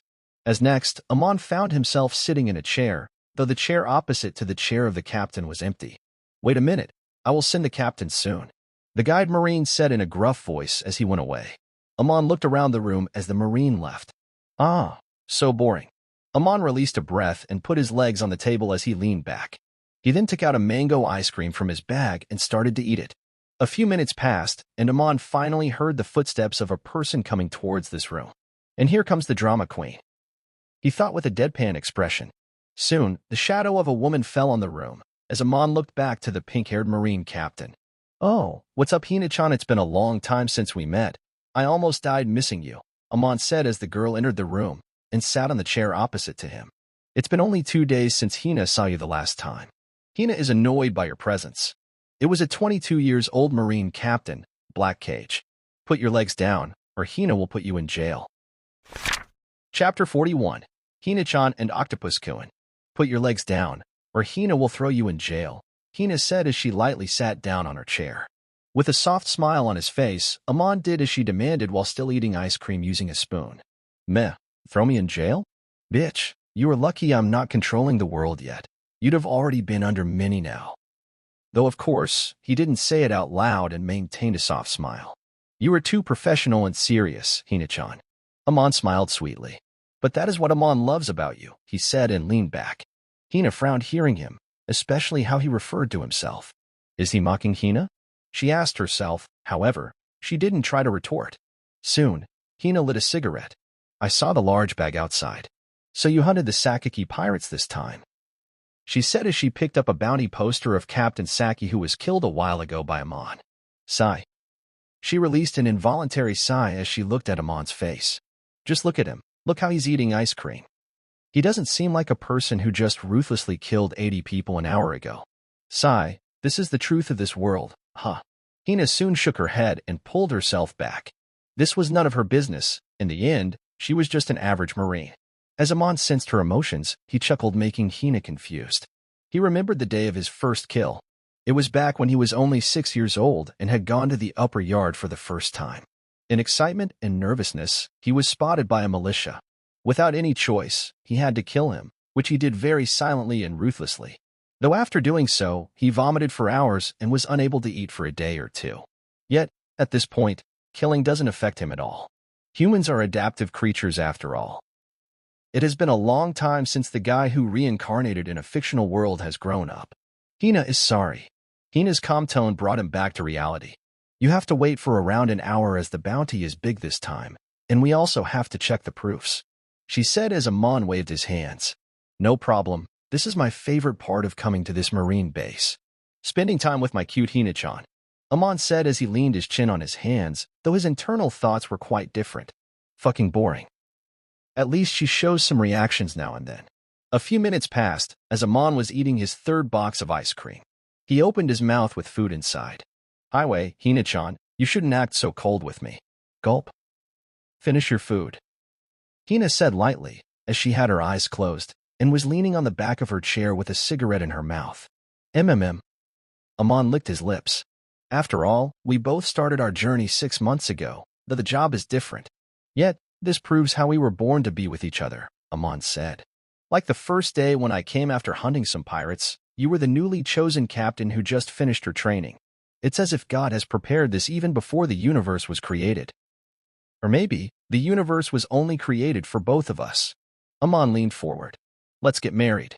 Hina wanted to get up and punch him in the face, but she just sighed. She didn't mind getting confessed, as it was quite typical to her. This is the reason why her anime counterpart never punished the mobs who confessed and disturbed her. Without getting the reaction he was hoping for, Amon clicked his tongue internally and came up with a new idea. Oh, also I was thinking, maybe I should be a pirate, he said and leaned back on the chair with the ice cream down. I mean, since I'm getting this much just from bounty hunting, then being a pirate. Before he could finish his line, Hina got up abruptly and pulled him by his collars. If you ever become a pirate, I will be the first to hunt you down, Hina said with a visible glare in her eyes. Amon didn't react. Instead, he slowly slipped his finger around his lips as it whipped a bit of the ice cream. Well, his playful voice was now gone, and a serious one took over. If you say it like that, I might do it just to get caught by you. I don't mind being chased by you for my whole life, until the day I die, Amon said in a strange voice, as he wiped his finger around Hina's lips as a barely visible blush made her cheeks rosy. She soon let him go, as Amon was laughing heavily in his mind. Hina hates you, Hina whispered, though she assumed Amon didn't hear. If I had enough proof that you were the one who killed those bounty hunters 4 months ago, I would have already put you in jail. Amon just smiled softly at her. Asterisk. Soon after, Amon received his 469 million bellies and returned to his temporary base, the Whiskey Peak. Hey, look, Leader Lucifer is back, the bounty hunters around exclaimed as some of them bowed. After last time's incident, the few survivors started to follow Amon as their leader out of pure fear and now respect. Currently, they knew better to go after a 25 million head to care about their life. Also, they were getting more moments than before anyway. Amon ignored them and walked towards the biggest building in the middle of the city, the Mayor's Hall. Is this a coincidence that I'm a mayor in both this place and Skypea? He thought while looking at the building. Soon, he entered it and found Cricket about to go outside. Oh, Crimson, you are already back? Cricket asked as he patted his shoulder. Yes, the Marine captain was fast as always, Amon said as he raised the bag with money. He asked Cricket to call him Crimson from now on, even if nobody's around. Just having a double name can help a lot in things, since nobody really knows his real name other than Cricket here. Oh, by the way, just call me Lucifer from now on, Amon said as Cricket laughed. Haha, a new title? Cricket laughed lightly. Anyway, I will go check on the newbies, all right? I will come back in an hour to give you information on what happened today. Amon just nodded as Cricket left. Amon is creating an organization similar to Baroque Works, though it will be known as a bounty hunting organization for now. Cricket is the one who manages most things, though Amon seizes an explanation on each and every one of his moves, but he does the main things himself. There is also no way of Cricket lying with Amon's observation hockey. Still, there is a reason why he is trusting Cricket so much though. The first reason being, Cricket is a guy who is searching for a new adventure, and now that he found it with Amon, he won't just betray Amon without any world-breaking reason. Yes, that's because this is One Piece. One Piece, the world where a guy who met another guy a day ago won't think twice to die for him. Here, humans are dumber, or if one had to call it respectively, They are more emotional. Too emotional, actually. Luckily, one of Amon's main points is his knowledge of how to use a person's emotions for himself. Then, the second and most important reason is their ancestral connection.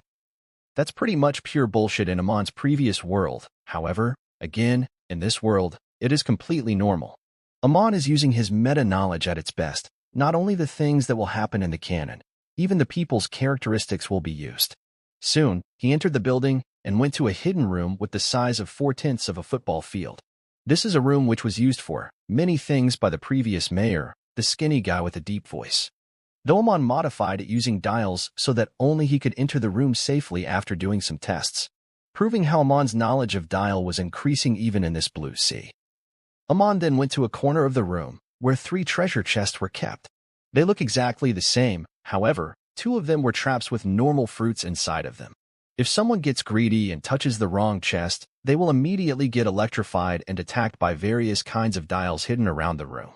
However, even if the person touches the real chest, they would still get electrified, albeit no other attacks would be made. Yet, thinking they chose the wrong chest, they will touch the other one and then will get attacked for sure. This doesn't affect Amon, as he's been training his body for years now to go against a possible thunder god. Even with observation hockey, one won't be able to tell apart the chest and recognize which is the right one. Only people with a very high level of observation hockey, who can sense a little bit of the future, not necessarily like Katakuri, would be able to discern. But in that case, it will still send an alarm to Amon's dial, as the chest's keyhole is messed up and its only key is his wings. Amon didn't want to be on the loose end ever again. That's the reason why he's taking this type of precautions, though he would add more security to it today, as this was his devil fruit stash. Soon, he put the 2 devil fruit that he got from the pirates in the stash, making a total of 4 fruits. He did hunt many pirates with devil fruits, but since they were useless, he sold them for belly to the marines. Hair fruit, needle fruit which was there from before, and the new 2, steam fruit, and blanket fruit. Asterisk. A few days later.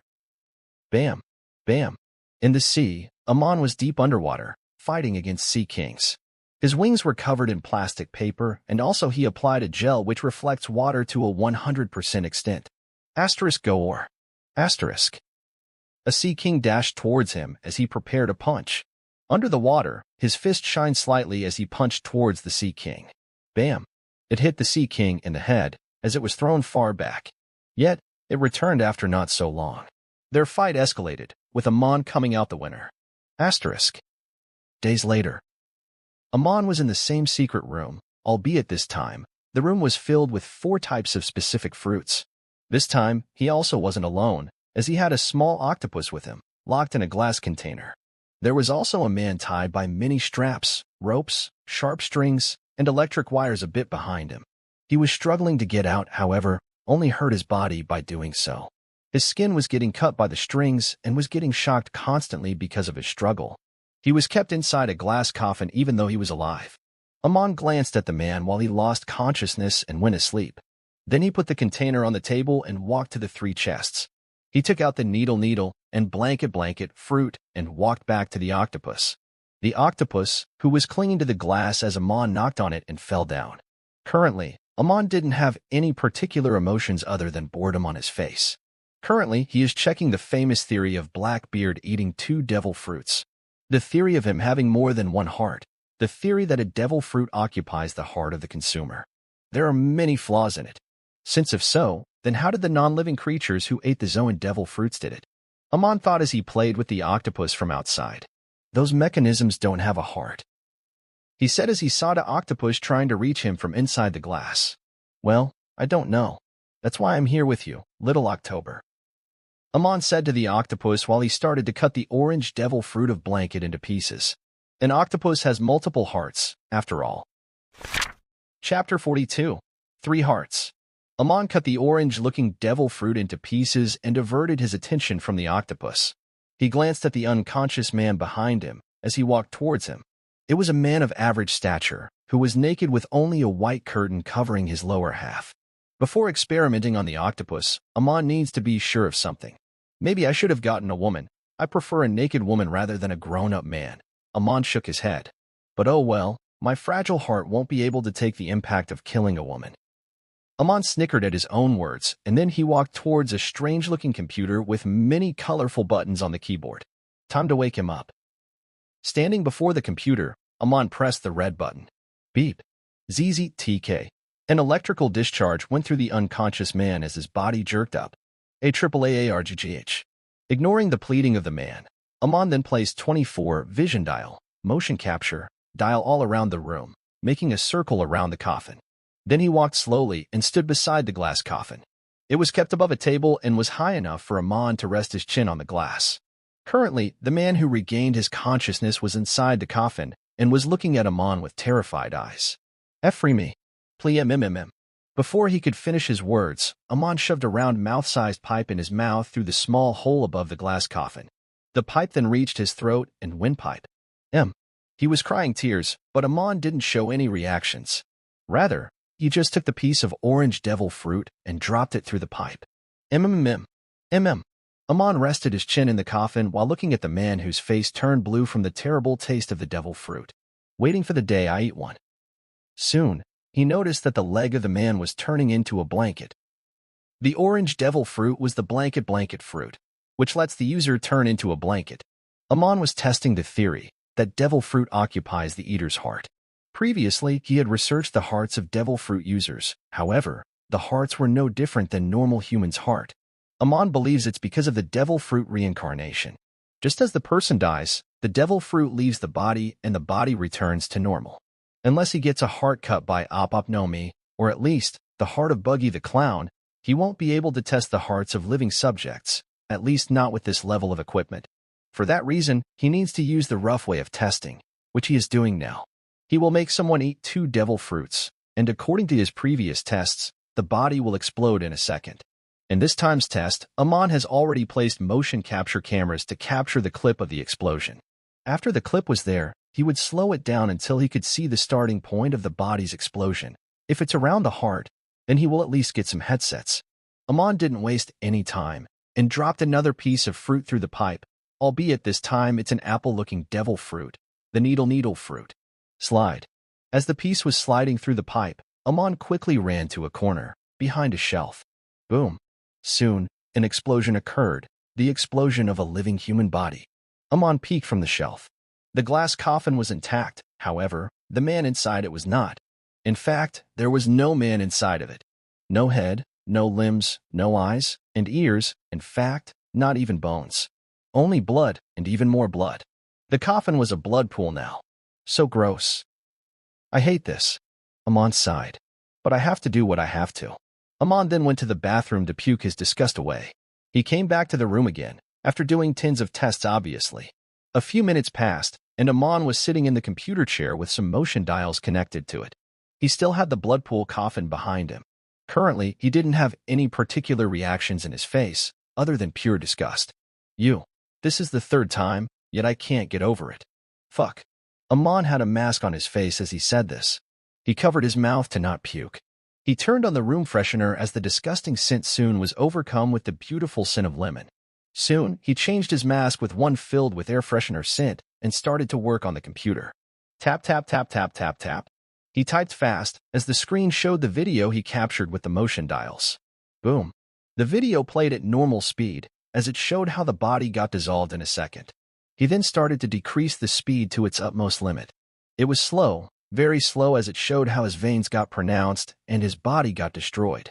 Yet, this wasn't enough. He kept slowing the clip down, as sometimes it reached its limit.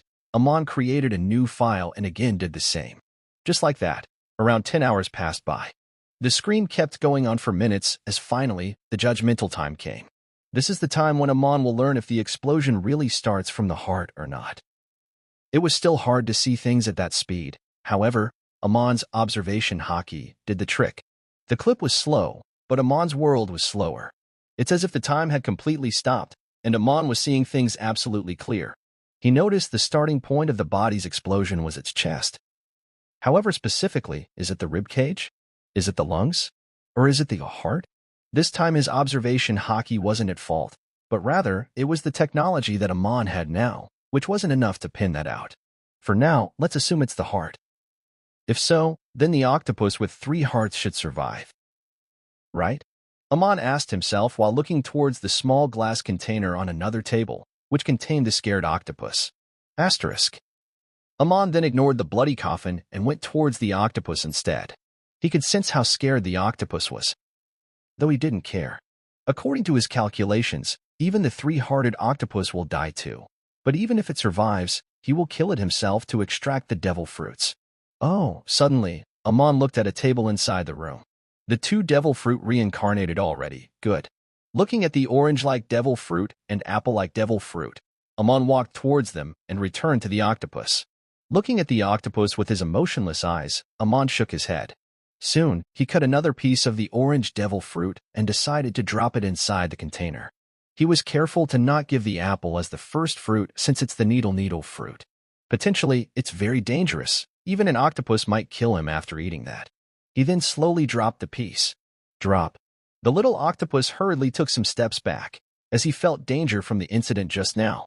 It wanted to escape from this container. However, it felt a glare on its back, as it looked up towards two red eyes looking at him with killing intent. Scared and without any choice, the octopus slowly crawled towards the piece of orange and started to eat it. It tasted sour, but it was only a small piece, so the octopus gulped it in one go. The october felt changes in his body, but didn't know what it was, though. Soon it noticed one of its tentacles change into a strange substance it never saw before. It controlled that tentacle, which was now in the form of a blanket, towards his mouth to get a bite. However, it didn't have any taste in it. Drop. The next moment, he found another fruit in front of him. Thinking it will also give him some kind of strange power that might help him run from the red-eyed human, he quickly crawled towards the piece of apple. Asterisk nom nom dash. Asterisk. The octopus felt strange. Very strange. He felt his body might explode, but it didn't. He didn't explode. Boom. Around 0.9 seconds later, the october also exploded. A few minutes later. Well, that was quite a surprise.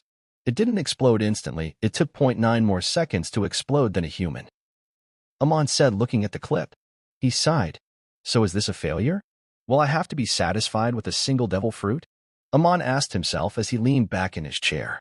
For someone like Amon, he would never be satisfied with even the best Logia, Goro, or even the arguably best Paramecia, Nomi. He would love to have both of them and another one too. However, he laughed while covering his face. Actually, I won't really call it a failure. I will say my heart, devil fruit, theory is 101% accurate even after this failure. This time, though it seemingly proved his theory as a fail, Amon was more than satisfied. He got up while stretching. I just need to go back to the Shandora hall. Then I will test it. Blackbeard did it. Why can't I? Amon then started to take out chemicals that turned the blood pool dry as the desert. Devil fruits are overpowered. But 2 is always better than 1. Or rather, 3 is always better than 2. Yes, Amon has 3 devil fruits in his mind that he would eat. The Goro Nomi is just one of them. Chapter 43. Do I kill her now? 15 days later. Amon was in a desert-type town with 130 pirates in front of him. Among the crowd, a burly person with a scar on his left arm was standing a step ahead of everyone, indicating himself as their leader. SSS. Look at him, a skinny pirate beside the burly man said. He was looking at Amon with a lustful look while licking his dagger. Big bro, I'm interested in him. Can we keep him alive? I want to taste **pew*. Before he could finish his words, he soundlessly fell on his back with a white feather penetrating his forehead. Gulp along with the burly man. Everyone around gulped hard as they glanced at the dead body, then the kid in front of him. He looked like a skinny and weak teenager, but the part which stood out were his white wings. They were big and beautiful, but they also had few metallic scraps on the edges. Did you do this? The burly man asked as the kid just stayed silent. Sorry, I only chat with girls when I'm in a battle. The teen, Amon, said as his wings pointed towards the front man, seemingly preparing an attack of some sort. Exclamation point. In surprise, the burly man covered his head with his arms crossing in front. A few seconds passed as Amon kept smiling without a care, while the burly man still kept his guard up to defend against his attack. A few minutes passed as Amon didn't move from his place. The civilians of the area were also peeking at the fight, but they also couldn't guess why the bounty hunter wasn't attacking the pirates. The burly man suddenly screamed. He must be stalking for time. Suddenly realizing something important, the burly man shouted and rushed towards Amon. Everyone, attack him at once. He is strong and shrewd. Whip. Some of the pirates attacked Amon with a whip, while some swords, some spears, and the main boss, the burly man, used a club similar to Kaido and launched towards him. Bam! He swung his club as he hit the ground. His attack passed through Amon as if he was a... Don't tell me you're a Logia user? Burly jumped back in alarm, but more surprising things started to happen. Ha ha, dumbass. The next moment, the enemy, Amon, multiplied, and a short, tall, fat, muscular, female, and distorted version of him surrounded the place. What? Burly complained in surprise as his eyes squinted around to understand the situation. Is this Logia fruit? Or paramecia? What's happening? Ha ha ha ha. Burly heard the laughter of someone from above. He got angry seeing someone laughing at his confusion as he abruptly looked up. How dare!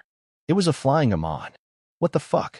Mirage Tempo, Amon looked down as his clones, or rather, his illusionary clones, multiplied. Oh, also. As Amon opened his mouth, Burly realized his crew of 130 was surrounded by yellow transparent flying balls. Thunder Tempo. Snap. No. ZZZZT. With a snap of his fingers, the whole crew was rendered unconscious with their eyes turning hollow. A few hours passed as Amon was sitting in a chair around the same place, with a food plate in his hand. Who would have thought I would ever be able to eat food made by such a beautiful sister like you? Amon said as he smiled towards the woman in her 30s as she just giggled. Well, you saved our small town just now. I'm indebted as a citizen, the woman said as she sat beside him. A few minutes passed by as Amon sensed someone walking towards him from behind. The shadow of the figure stopped behind as Amon looked back. Hina is glad you are not just killing pirates like before. However, it was a professional feminine voice. Hina was searching for you, and you are here flirting? It was the pink-haired Marine, Black Cage, Hina. Another few minutes passed, as Amon was standing there with a bag filled with 600 million bellies in his hand. You should have called the nearest base, not Hina.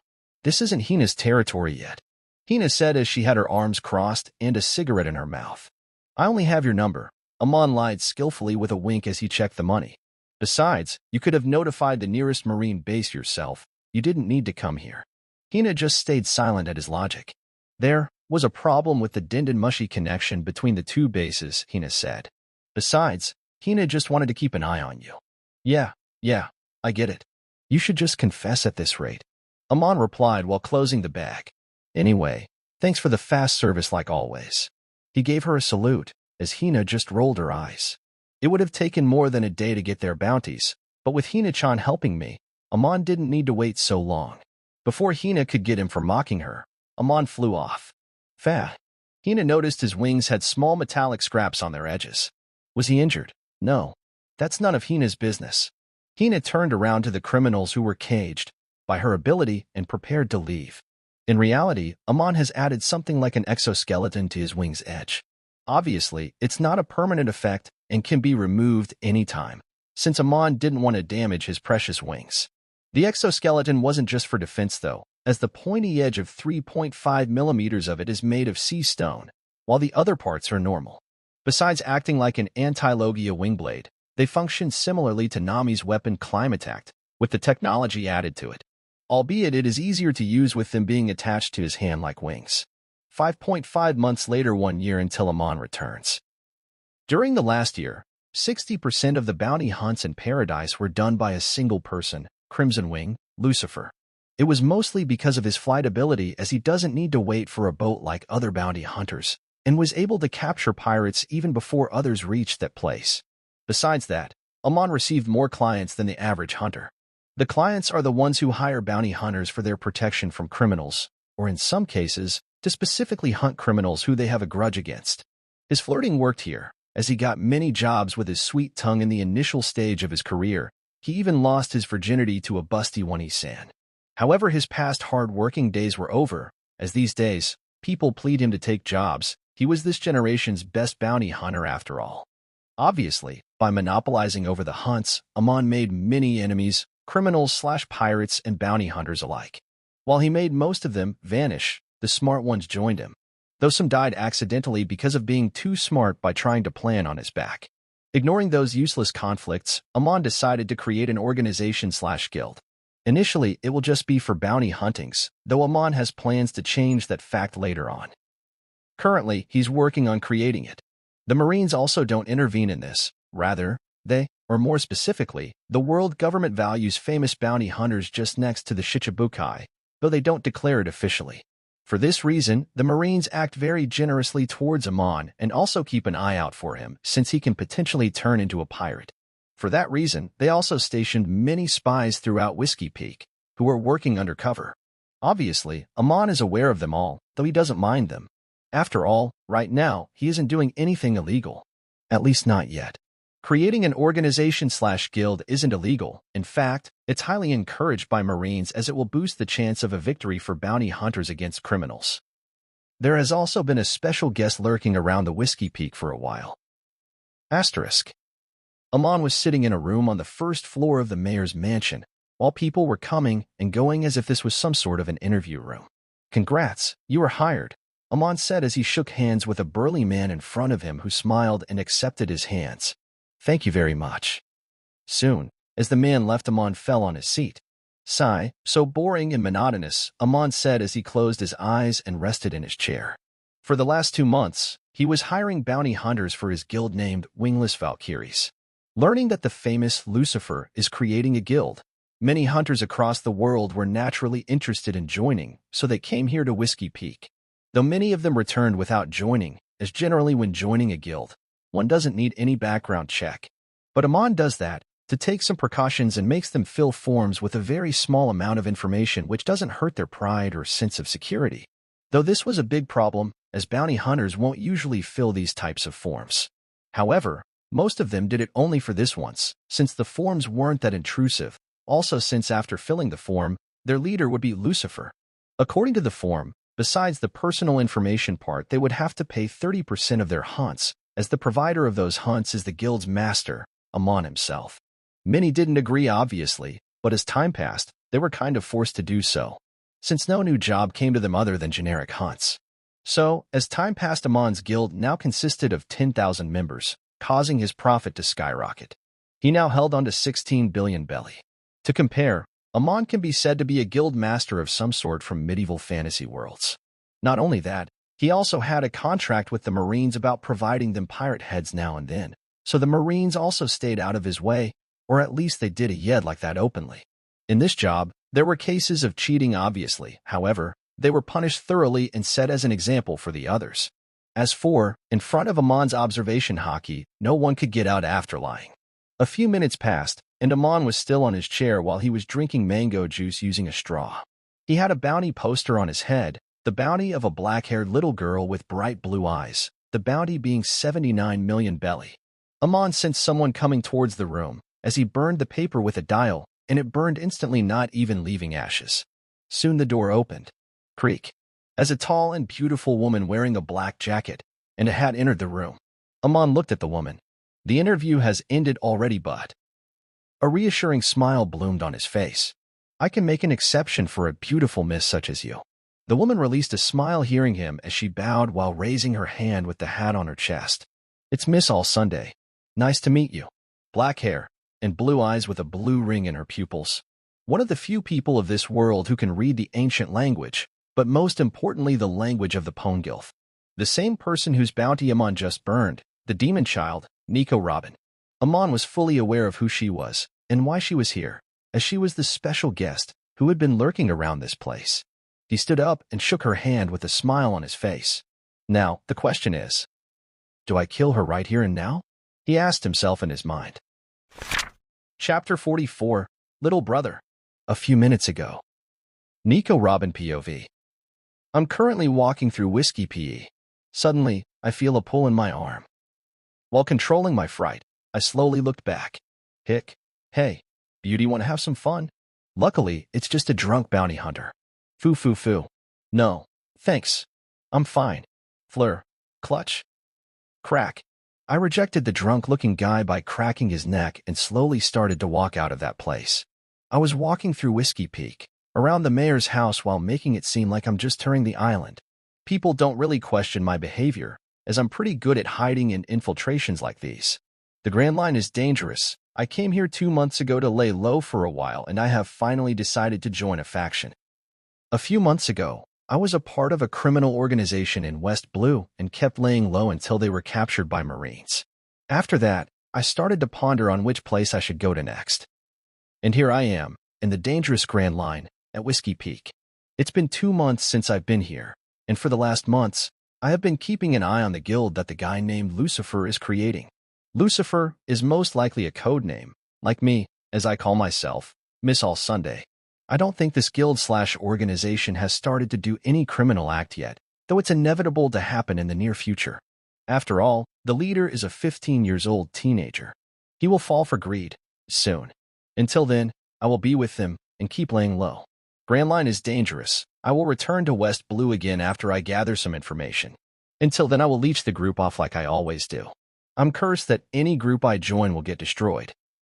I don't mind that happening to a group of criminals. Thinking such, I slowly start to walk towards the mayor's building, which he must have obtained after killing the previous mayor. Asterisk. Present time. Amon POV. Please sit down. After greeting Nico Robin, she sat down in the seat opposite to me. I just kept smiling towards her, while contemplating what I should do to her. Nico Robin. Her arrival was unexpected, but she's been here for a while now. I found out she's been lurking around Whiskey Peak for 2 months or so, just around the time I started creating my guild. People won't recognize her, as her bounty poster is from her childhood, and she's now 19 years old, with a mature body. If I recall correctly, she should have only entered Grand Line in the year 1518. Currently, it's 1513, so 5 years early. However, it's necessarily not for the butterfly effect which caused her early arrival. I mean, if I think it from her perspective, someone as cautious as her must have come to Grand Line before the year 1518 even in the canon timeline. But when seeing the dangers here, she must have returned back, before finally entering the Grand Line in 1518 for real. Anyhow, that's not the concern here. Rather, the concern is, what should I do to her now? If I have to guess, she's just here to observe things. I can probably keep her here if I try a little, which I would. But she's still dangerous. If she leaves my guild and decides to join some other faction, it will be my life loss. So should I kill her now? Or make her into eveAny? Oh, it's already been 7 seconds. Ignoring the thoughts for a second, I look at her with a smile. It's better to keep her occupied with a conversation. So, is MS All Sunday your real name or a code name of some sort? Regardless, it's a very pretty name if I must say so myself. She giggled hearing me, as I did the same. I wonder, Robin said as she leaned forward, placing her hands on the table. Maybe it is a fake one, but I presume I don't need to reveal my real name. After all, bounty hunters are free to do what they want. Or is it a different case for Mr. Lucifer? I just chuckle at her tone. So she already has the information that my name is a title given by the people? Well, her information gathering is a thing I'm looking forward to. Going with her humor, I opened my mouth. Of course, not. You can even name yourself, Devil Beauty, Demon Girl, or Demon Child, ha ha ha. I don't mind. Robin's face seemingly froze for a second, but she soon smiled again. That's just a coincidence. He said Demon Child, not Devil Child, no. It doesn't matter. I should prepare things beforehand. I don't want to take any risk. That's what she thought, and yes, I guessed what she thought. It's easy to guess with her personality and the emotions she's currently experiencing and I'm sensing. I dare say, my observation hockey is the best in the world, even if I can't see the future. Okay, it's decided. I won't kill her. She is too easy, her emotions are also predictable, and she is very insecure about her identity. With her fucked up past, even a clown would be able to manipulate her knowing her every thought and mental state like I'm doing. Haha, ignore my bad sense of humor by the way. I scratched my back, as she calmed down a little. Then I picked up one of the forms on the table. You just have to fill this form to join. I handed her the form as she slowly nodded. I kept smiling at her while she started to inspect the form intensely. I guess she won't die, at least not yet. Well, it's not that I would have killed her, to begin with, or I would have done that the first day I found her peeking at my back. In the end, her main power, the knowledge to read Pongilf, is a must to me. Yes, I do have the AI beside me, who said she possesses all the information on the Void Century. But I can't grant a 110% guarantee that she lied. It's pretty easy to see through as she said things like how she didn't want to see the Shandians suffer. If so, then why not reveal them to me already? It's obvious, even a child would, maybe not, but I can easily see through her lies. Yet, I had to act as she wanted me to, giving her the false sense of control over me. Anyway, I will get to know the truth soon enough. She should be scared of getting a short circuit, shouldn't she? Nonetheless, when I made plans in my childhood, I never considered finding an AI laying underground anyway. She's just a bonus who will have her own use. For now, I will just assume the AI doesn't exist and broaden my other ways of power by taking the opportunity in front of me of Nico Robin, the key to Pongipple. I don't necessarily care about the history, but I do care about the ancient weapons in the One Piece. It could possibly be a strong weapon too. Maybe a dimensional traveling machine. Then I can. No. Let's not mess up the goals here. I quickly shook my head to shoo away these useless thoughts and focus on the woman in front of me. Asterisk. General POV. Soon, Robin filled the form and looked at Amon with a smile as bright as his own. I'm surprised how much your guild has grown even with these types of restrictions, Robin said as she slid the form towards Amon. But I guess it's not that surprising, as I myself accepted that. Robin said and released her iconic foo-foo-foo. Amon also smiled at her. Are you trying to entice me with that beautiful laugh? Robin still just giggled. To her, Amon was just a kid who was lucky to be born strong. If he feels attracted to her, she can use him properly and easily. Amon tilted his head with a smile. For now, since I have already decided to keep her for me, I need to decide how I will proceed with things. Amon thought. Romance route? Little brother route? Or a comrade route like Canon? Or sex maniac route? Hard to decide. The easiest way would be to break her mind, emotionally I mean. Amon thought as he pressed a buzzer on the table. BRRZZ. As it ringed, soon a random bounty hunter came through the door. Creak? Yes, boss. Amin nodded towards him. Bring some ice cream. Ma, chocolate for me. Amon slipped his tongue and looked at Robin. And miss. I'm fine. Robin just nodded gracefully. Please enjoy yourself. She said. I can't trust anything here. Surely. Not. Amon refuted. You are an employee under me. I have to take care of you, Amon said while looking at Robin's blue eyes as Robin sighed. He really is a teenager. At least he isn't looking at me with the eyes other people do. Or is he faking it? She thought as she smiled. All right, then strawberry for me. A few minutes passed, the ice cream arrived as Amon kept talking with Robin. Talking a little too much, while she just nodded and replied now and then. This whole time, Amon was just staring at her eyes, as it became creepy. Though Robin didn't mind much as it was better than being staring at her bosom and back as some other people do. Anyway, you will start from the mid-rank since you have a devil fruit, Amon said as he read the form. If someone writes he is devil fruit, he demands demonstration to not mess up like last time. Please, demonstrate your graceful power to me, Amon said as he rested his chin in his left hand with his eyes looking like a kid deep in love. Robin nodded and crossed her arms as she created an X position. Fleur. 6 more hands came out of her body, elbow, waist, and created a circle. She looked like a seductive witch with her soft smile. Is that enough? She asked while looking at the mouth agape Amon. Hello. Oh. Sorry about that. Amon nodded with a blush on his face and while creepy looking at her eyes. Then, cough. He coughed away his nervousness. Then to celebrate the start of our work together, how about I buy you dinner? Amon asked as he got up from his seat, walking towards her. I won't take a no, by the way, he said as he walked towards her with a feather rose. Consider it a rule only applied to you. Robin hesitantly accepted the rose with a nod. Amon then clasped his hands behind and leaned forward. He had to look upward for him to meet her eyes, because of his short height. If I had a big sister, she would have looked just like you, I presume, Amon said as smiled at her sweetly. By the way, tell your inn owner that I said you don't need to pay for the room. Saying this, he walked away from the room as Robin just smiled. He wants to form a brother-sister relationship with me? That's sweet. However, I would be as stupid to believe someone like that existing in Grand Line. She thought, I will go with the flow and take everything I want from him. Amon was walking to a hotel, humming lightly. Soon may the Mittenman come. How about number 4? The Playboy little bro route? Amon thought with a smirk. I would have used the romance way, but there are inconveniences at that route. However, on route number 4, she might start having romantic feelings towards me as well. That way, it would only be a plus for me. Amon was trained from his previous life to not feel romantically attached towards others. He trained himself to control that type of emotion. They were useless in that life, even more so in this life. Yet, that type of past experience along with his new flirtatious personality can be a deadly combination against a person like Nico Robin who already forgot the emotion called love or care. Amon won't do something like declaring war on the world government for her, even though it would earn him her instant trust. That would just be stupid, since he has all our chi time of his life to manipulate her as a little brother. In this time frame of 1513, seducing her won't be hard at all.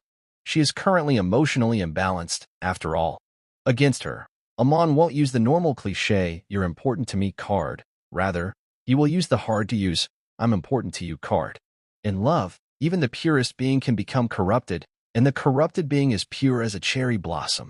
Or at least in this world of fiction, it does. Doesn't matter what type of love it is. Mittenman come. Chapter 45. Things are moving forward. That night, Amon had a candlelight dinner with Robin, while she hardly ate anything out of caution, though her guard was down after that day, as she didn't feel any kind of danger from the boy. After that, Robin started to take the small quests from the guild, since she wasn't confident enough to be part of any big fight in Grand Line. As days passed, she got used to them, and even decided to spend more time here than she initially wanted to spend, though she had her things packed out already, to leave any time if needed. As days passed, she also noticed how Lucifer wasn't really the most honorable man. He played around with women here and there, though it just looked like a kid in his teens doing things he finds fun in. Robin was still a little confused why he never approached her like that. Was his statement of seeing her as a big sister true? Obviously, Robin didn't trust it and was still cautious, albeit a little less than before. She also noticed how he would stop flirting around in her presence. The most times he just keeps going forward, she was sure to catch his act someday. Robin was very curious about his wings, though, as she theorized he didn't eat a devil fruit. Though she might be wrong, she asked him playfully to be sure. His answer was quite strange, though. Wings? What are wings? Wings are what indicate the change inside a human being. Everyone has wings, yes, even you. But only a few people can manifest their wings. Maybe I will teach you someday. Obviously, he was just telling bullshits, and Robin was aware. Back then, she just giggled. Around 2 months later. Today was a rainy day, and Amon was on the balcony of his mansion with his hands resting on the railings. Looking at the dark clouds above, he had sleepy eyes as he yawned. Yawn. Maybe I should get some sleep. Been 2 days already. Amon was busy with an order provided by a client. Today he finished it and returned to Whiskey Peak. Someone's coming. Amon felt Robin coming towards this room. As he turned around and rested his back to the railings, the gorgeous tiled room entered his eyes as he waited for her to enter. Just now, he talked with Raki and learned the occurrences of today. The Skypiean engineers have made a network tower above Giant Jack. With its help, he can now directly talk with a tone dial even from this distance. Nothing new has happened and things are still according to Amon predicted.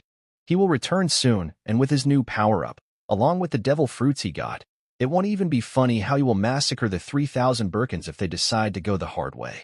Amon ignored these thoughts for now and moved his attention to the person coming to this room. How sweet of her. She's trying to get close when I'm sleepy and my mental state is weak? Smart, but she's unfortunate. Amon thought as Robin entered the room. She had 2 coffee cups in her hand as she smiled towards Amon. Welcome back, she said. When I heard Mr. Lucifer is back, I decided to have a talk, she said as she just now noticed his sleepy eyes. Or, if it's inconvenient, then I can leave. It's fine.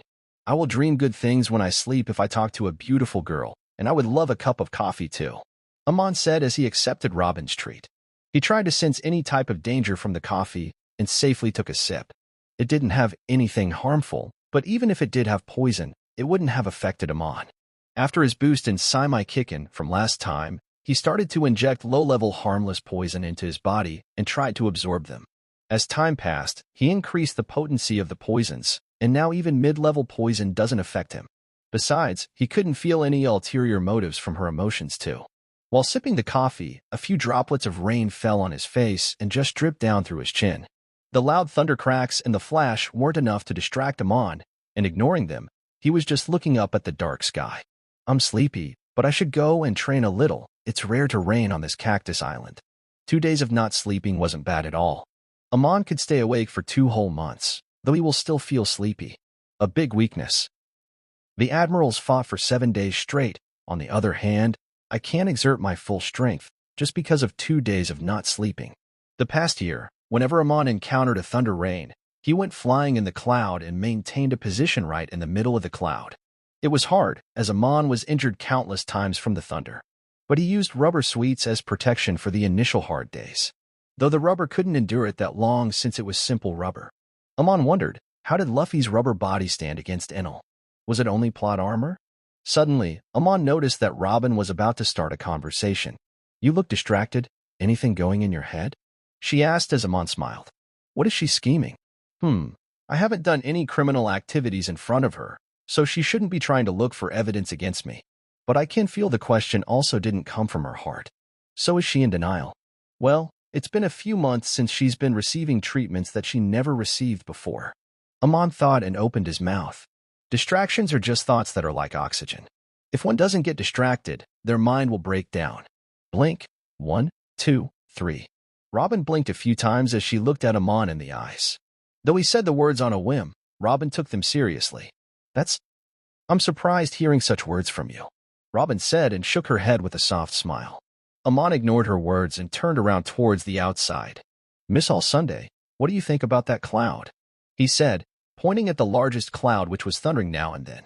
It's kind of scary, but beautiful at the same time, Robin replied instantly as Amon smirked. Beautiful? That it is. Up there, it's one of the most beautiful things a human would ever see. Maybe I will someday take you there, Amon said and put the empty coffee cup on the railing. Maybe.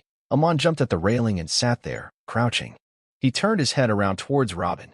You'd fall in love with lighting one day. Fah.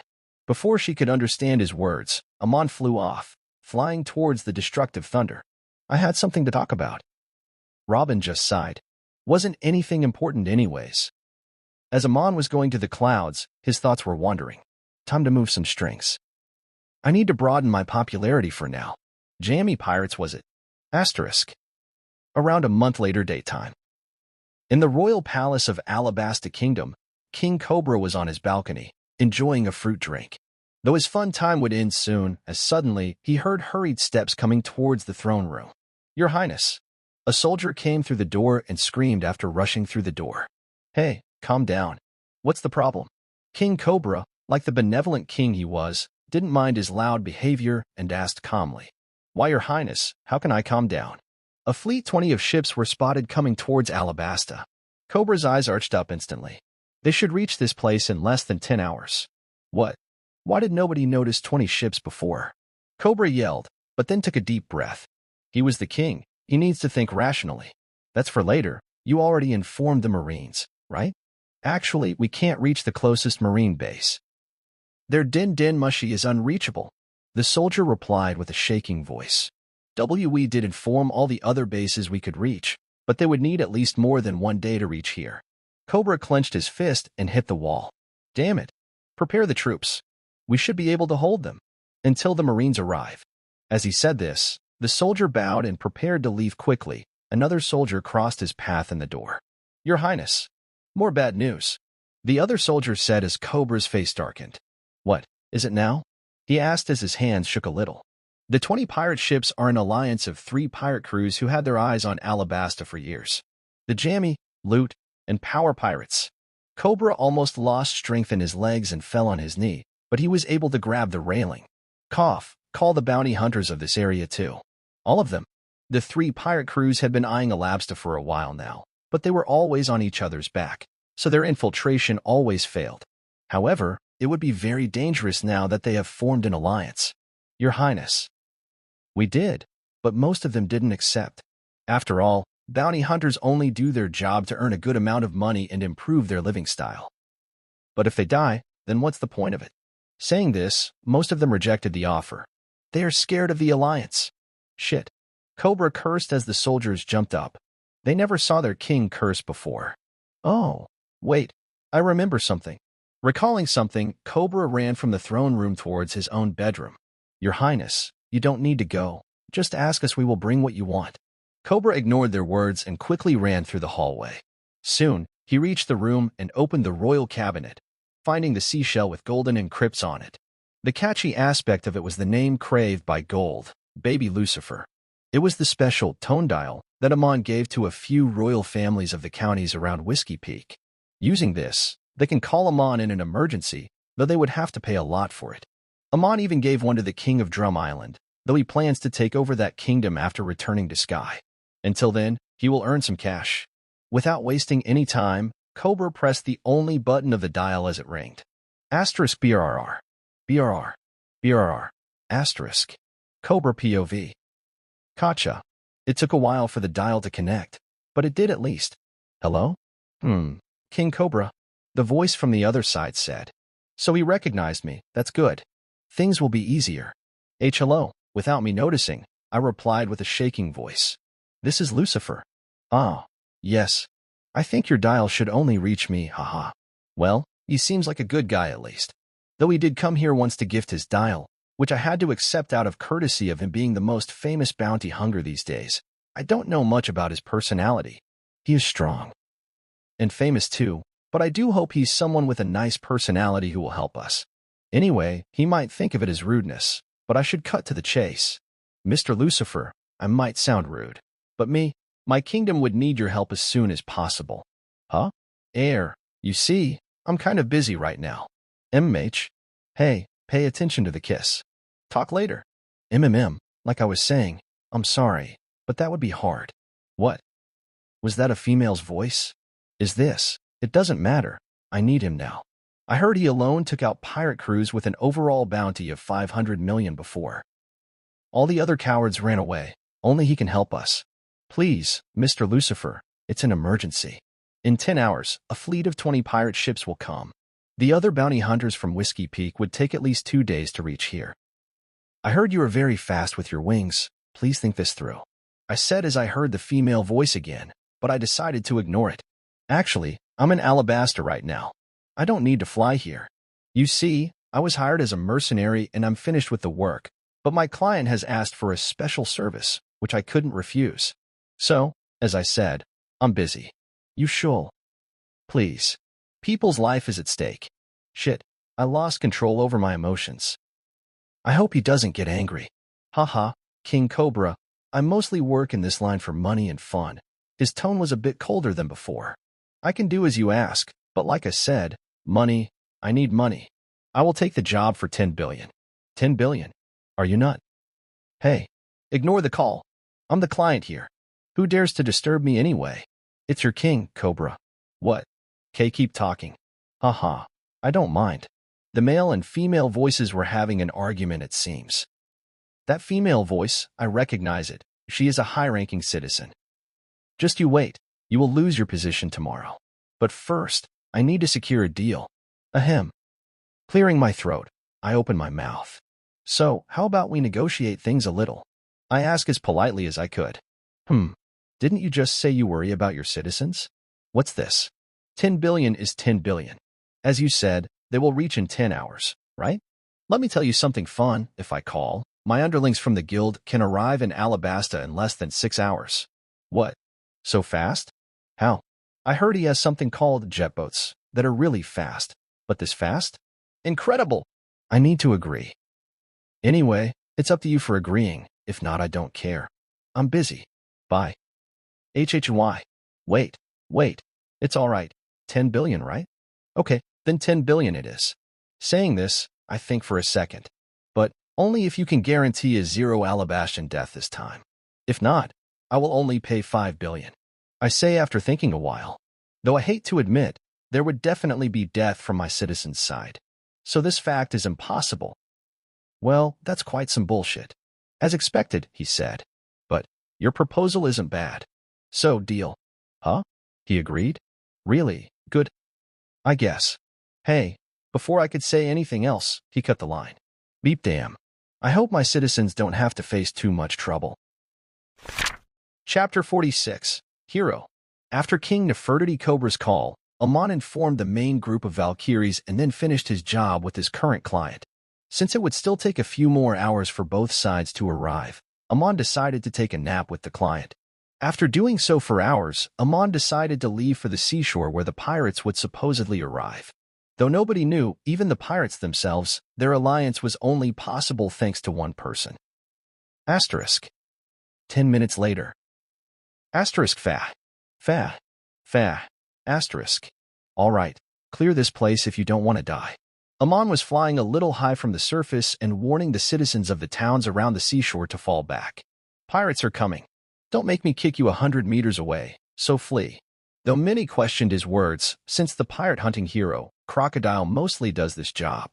Though when the royal guards arrived in time and pulled them back, Amon yawned seeing this while flying with his face facing the sky. It isn't that hard to achieve 0 casualties at this rate. Unlike how King Cobra believes, the pirates won't even be able to enter the kingdom. They will be dead by the time they step in the ground. Crocodile has been here in Alabasta for 5 years now, and has been working as pirate-hunting hero while being a Shichibukai, though he was out for important work currently. That's why Amon chose this time, or else he won't be paid 10 billion after all. Soon, the Valkyries arrived.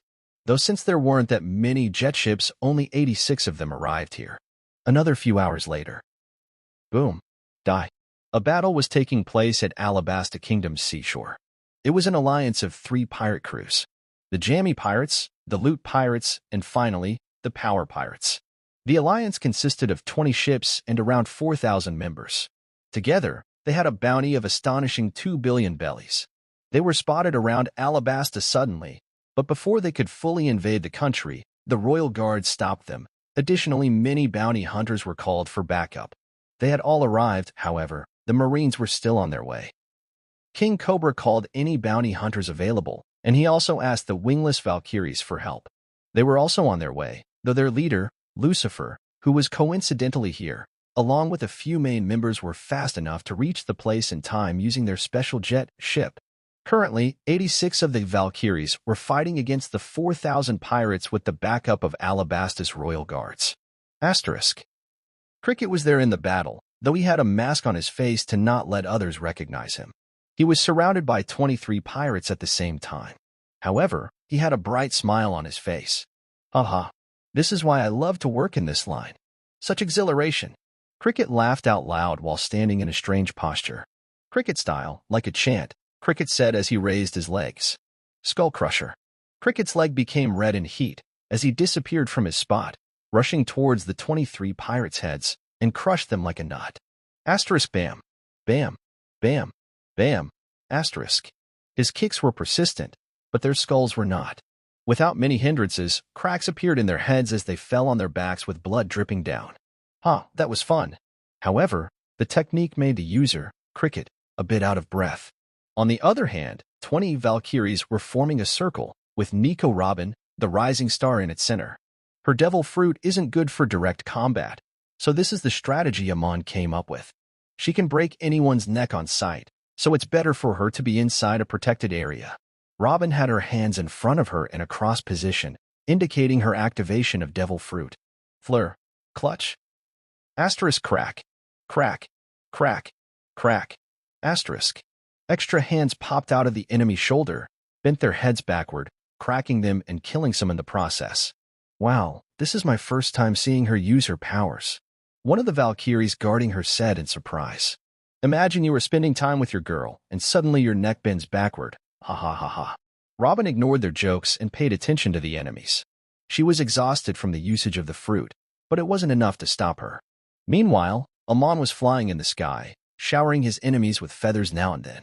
He was fighting passively while searching for the captain, Powerwolf, the eater of the beam fruit, who can seemingly release a Kamehameha like a beam from his belly button. It won't really affect Amon since the burn bazooka, with the same effect, doesn't even leave a scratch on his body. But that might not be the case for everyone present here. Some won't even leave their ashes behind. It seems the Skypieans have more durability upon birth. Though that doesn't naturally mean strong too, as I can guarantee some of them, who would be ashes after receiving a hit from burn bazooka, are strong enough to beat some raiders, albeit the ones before I became the leader. PW. Amon thought as he shot some feathers towards a sniper who pointed his gun at Robin's head. The enemy just fell on the ground without any sound, as the feather went through his head, hitting the ones behind him too. Anyway, the Thunderballs have already surrounded the place. This will take down the mobs while I will fight the big boss. Amon thought as he glanced at the thousands of yellow transplant balls around the place. With just a single order from his wings, they will bust and shock most of the pirates on the battlefield.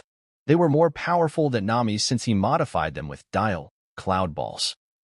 They were only around pirates because he has spread the balls in the sea, where the ships are, not in the land where the battle is going on. Without wasting the time, Amon decided to execute his new technique, with the thunder tempo being a side note.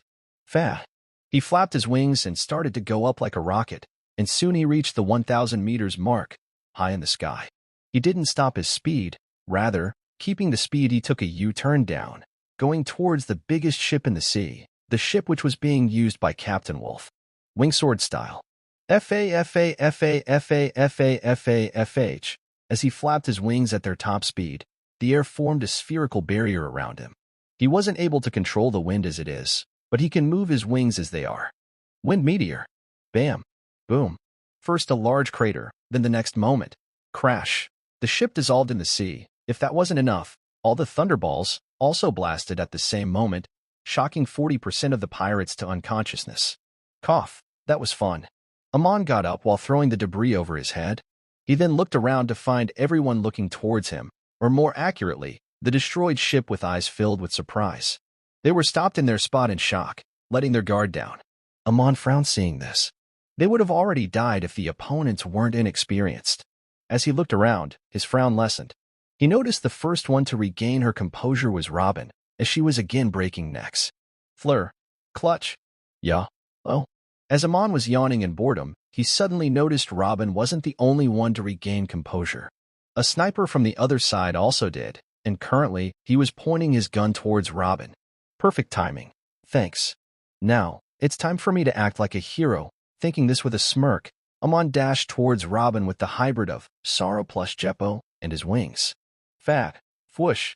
The world was a little slower than usual, but unlike the usual, Amon wasn't just able to see the slow world. He was also moving in that slow world.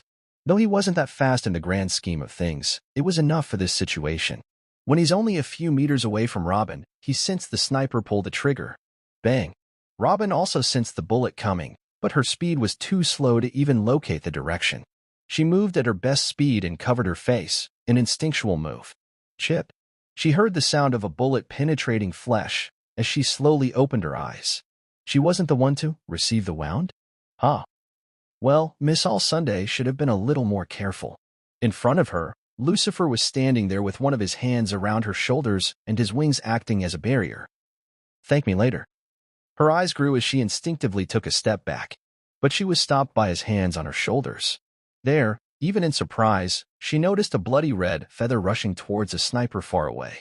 Before she could react, she felt her consciousness switch off. Conqueror's Hockey. With Robin, everyone else on the battlefield, in the radius of a few kilometers, lost their consciousness and fell unconscious. The Conqueror's Hockey was an unexpected occurrence, but at least he was getting good at controlling it.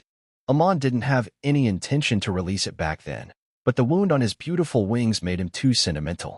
Now, Amon had his wings bandaged and was sitting on the ground with Robin's head resting on his hips. Amon was staring at his wounded wing as he released a sigh. A small sacrifice for the greater good. Around the central bone of the wing, a bullet wound was created and looked gruesome, though it didn't hurt much as he applied some medicine made by himself. The thing is, his wings are durable. Compared to his whole body, his wings' defense is the best. According to his estimation, currently, they could even take punches from vice admirals and won't receive a scratch. And they can even become stronger by training. Then why did this happen? A normal sniper bullet shouldn't be enough to hurt them, right? The answer is simple. Amon has done it himself. He controlled his wings, that exact spot where he sensed the bullet will hit, and with Skypiean, he weakened that part, only to let the bullet penetrate it, which it did. His control over Skypiean was getting good. Everyone knows how much he loves his wings, even more so Robin, who keeps an eye out for the weakness of everyone. She would definitely react extensively after seeing the wings hurt by trying to protect her. She will feel indebted. This is the type of cliché psychological manipulation that will work always, forever, until the end of the world. Especially against Nico Robin, the emotionally imbalanced girl. Chapter 47. A Kid in the End. Same time Skypea. While the fight was happening in Alabasta, things were going peaceful in the Skypea. Gan Fall and Chief were doing their usual thing, while the Scypians were living how they live. Many more Scypians were joining the militia, as unlike before, it was a free to join now. though obviously there were requirements needed. Raki and Wiper were training, while the other kids were also doing the same. The adults were repairing the ruins, while the slaves were working to death, albeit nobody died yet. Surprisingly, they weren't treated as bad as they thought they would when they were captured. Yes, they work a lot, however. They get good food to eat and a nice place to sleep. Humans like sleeping in golden beds after all. Not only Skypea was like this, even the Birka was the same. Enel was still planning to kill, however, he didn't have much progression in it. Especially with a few Shandians living here for reasons he wants to be aware of. Yes, there was Dewey with his collection of sea prism bullets. Now, with the tower above Giant Jack, Amon can keep track with Birka by Dewey and others. In the end, Amon didn't like loose ends after all. They were collecting information about the legend of Thunder God, using which Amon is creating a story. Back to Alabasta. After everyone fell unconscious, along with Hina, a few more Marine captains arrived in Alabasta. They were surprised to see the unconscious pirates and bounty hunters, but the thing that surprised them most was the teenager sitting on the shore with an unconscious girl on his lap as he was stroking her hair. Though some captains went to attack him taking this as sexual harassment, the ones who recognized his identity stopped in their tracks, as they also thought of the possibility of the girl being his partner. From far, Hina watched the scene with narrowed eyes, while Amon waved his hands at her. Before anything interesting could happen, King Cobra arrived with a large army. A few hours later, the Marines arrested all the unconscious pirates with the help of Captain Hina's ability. By that time, the bounty hunters also regained their consciousness. Robin stayed silent while the others celebrated their win. Currently, Amon was talking with King Cobra who had royal guards around him. Yawn. Amon yawned in tiredness. King Cobra, I did as you asked. No death from your side. All of your citizens are alive. Amon said towards Cobra while he had his arms around his head. I'm hoping to get my payment as soon as possible. Some of my people are severely injured. Haha. Cobra laughed full-heartedly. Don't you worry, Hunter. I'm happy seeing every one of my citizens doing fine. Please wait. 10 billion is a big number, after all. I have sent someone already. He was very happy that his citizens were completely harmless, more so that the pirates didn't even get the chance to cross the seashore. All thanks to the young man in front of him. Giving 10 billion as payment didn't seem so big now. Though some of the guards did ask him to think twice, he already decided things. Happy to work with you. Amon gave his hands for a handshake, as Cobra accepted it. Hope we will work like this even in the future, Cobra said with a smile. Amon smiled hearing him. We will work together, soon enough. Now, if you excuse me, Amon pulled his hands back. I'd like some food and sleep, he said and started to walk away. Seeing this, Cobra got a little flustered. Hunter, you can come to the royal palace and have some. Amon just raised his hand. No thanks. As he was walking towards a hotel, he glanced at the Marines mourning the dead bodies of the pirates. He was specifically looking at a brown-haired pirate girl in her 20s. Without much weight, Amon just shook his head with a smirk. She was good until she lasted. In all actuality, Amon was the root of this whole attack and alliance of pirates. Though the two other pirate crews other than the Jammy pirates weren't aware of this. Chuckling, Amon entered a tavern. A few hours earlier. Captain Jammy was laying on her back. Gasping profusely, she looked at her chest. A feather had penetrated her heart, while she was living her last breaths. Haha. I can't believe I trusted that bastard. She said as her eyes closed. Who was that bastard anyway? As the last drop of tear fell from her eyes, she fell into a deep slumber. A month ago, after the rainy day with Robin, Amon visited the Jammy pirates in the disguise of a tiger mask and white robe. He used sleeping gas on their 7 ships while only keeping one single fleet, the main ship, out of it. The others attacked him, as he did the same. That day, a battle of 3 hours escalated among the man in white and the Jammy pirates. Amon didn't reveal his wings, since his identity might have gotten out. Though he did use his dials, since many bounty hunters of his guild used them, albeit low-level ones, nobody would question his identity, at least not the pirates who have close to non-existent detailed information on bounty hunters. There, after he defeated them, he killed the doctors of all the ships, only the doctors. Before the others could exclaim their shock and confusion, Amon poisoned the captain in front of them and left after leaving a place and a date to meet the captain alone. The place where she would get the antidote. With Jammy, the captain did after 15 days of unbearable pain. The ordinary doctors that a pirate like her could reach couldn't do anything about that type of poison, so she had no other choice but to go and meet the man in white. After she came to the place and met Amon, he gave her the antidote, which after getting it, she attacked him when he had his guard down. Unfortunately for her, it only brought misfortune for her beautiful young and feminine body. Afterwards, Amon used another poison that would have killed her in 3 months, and this time, her key to the antidote was to create an alliance with the other 2 pirates and attack Alabasta, which she had to accept as she recalled the death-numbing pain of the last 15 days. While doing as he asked, she died by his own feathers in the process. In the end, Jamie didn't even know the identity of the person who did all that to her. Asterisk. 2 days later. Nico Robin POV. Tap, tap, tap, tap. It's been 2 days since our battle in Alabasta. We returned as swiftly as we reached there. The guild has 3 special ships that work using those things called jet dials. I'm currently walking through the hallway of the mayor's building, going towards Guild Master Lucifer's room with a large bundle of paper in my hand. They consist of everything that happened this week. I don't usually do this job, but the one who does this is injured from the last battle. Tap. Stopping for a second, I looked down on the shining floor. Months ago, it was modified with a special material that generates substantial sound when someone steps on it. This way, the chances of infiltration and assassination are low. This idea was of Lucifer's, of course. If I have to be honest, this type of cautiousness is just dangerous. I mean, this whole area is surrounded by guards, and even Lucifer, the one who lives in this building, is strong enough to repel even the strongest, maybe not the strongest, but most of the people I know of. Nonetheless, this is good for him, I presume. None of my previous bosses were this careful, and maybe that is also the reason for their fall. I don't know why he's so cautious. It's not like he does that many illegal activities. Ah, I'm getting late. Ignoring these useless thoughts, I then started to walk forward again and soon reached the door of his office room. Asterisk knock. Knock. Asterisk. I knocked on the door and waited patiently. No answer came. Asterisk knock. Knock. Asterisk. This time, I waited a few minutes, yet the result was the same. Maybe he is asleep? He seemed tired and his elegant wings were also injured trying to protect me. Sigh. I released a long breath. This isn't the first time I was saved by my bosses. It's just I can't find any selfish reasons behind this one. Or maybe, if I look in the long run, me surviving will help his guild. But is a random subordinate like me more valuable than his wings? Sigh, this is not why I came for. I already went through this for the last 2 days. As I assembled my composure, I again knocked on the door. Knock. Hello, Mr. Lucifer? Even after my call, he didn't answer. Maybe he is not inside. Should I return?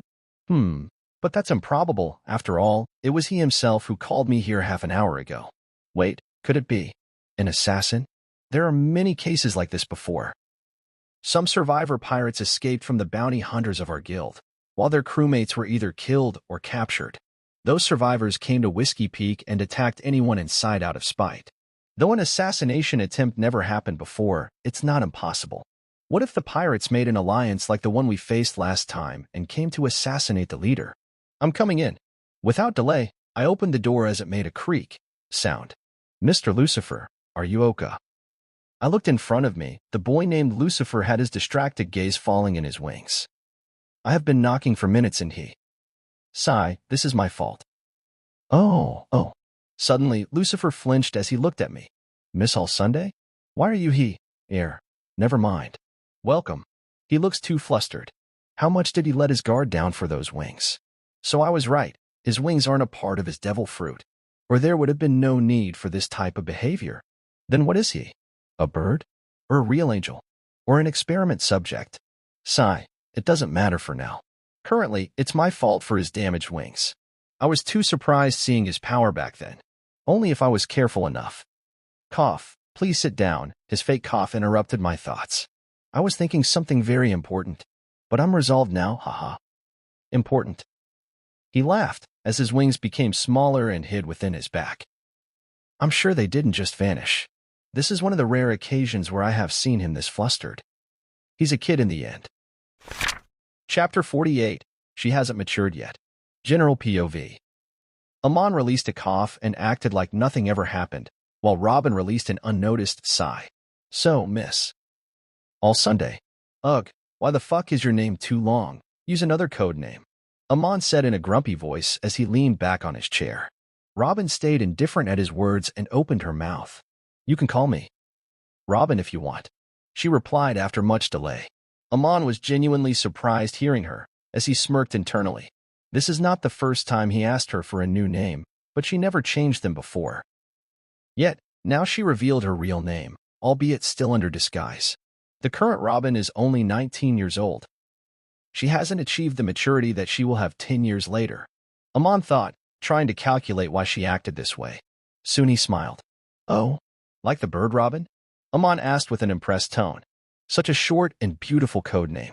Then call me Gabriel if you like. I will go with that nickname, he said as he leaned back. Hearing Amon's tone, Robin giggled. No, I'm very fine with Lucifer. Really? Just Lucifer? He jumped forward. Thank you. No, I mean Mr. I get it.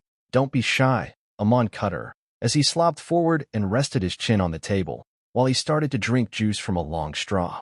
I quite mind you adding Mr. I'm just 13 years old, after all. It's cringe when you add Mr. before my name. Robin blinked, just blinked. What? 13 years old? He is 170 centimeters tall. So he must be joking. Soon, she giggled. Foo foo foo. My, I knew girls tend to lie about their age, but it's the case for Mr. Lucifer too. She corrected her words at the last moment, as she felt the gaze from him. Amon smirked internally. Who knows really? Nobody asked you to believe it, anyway, he said as he looked away, with his face becoming a little red.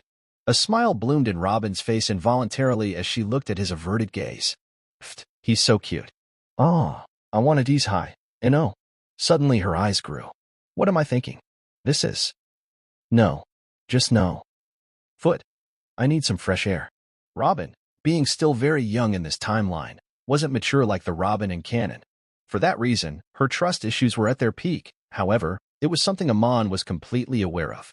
Robin got up from her seat, with her face becoming motionless.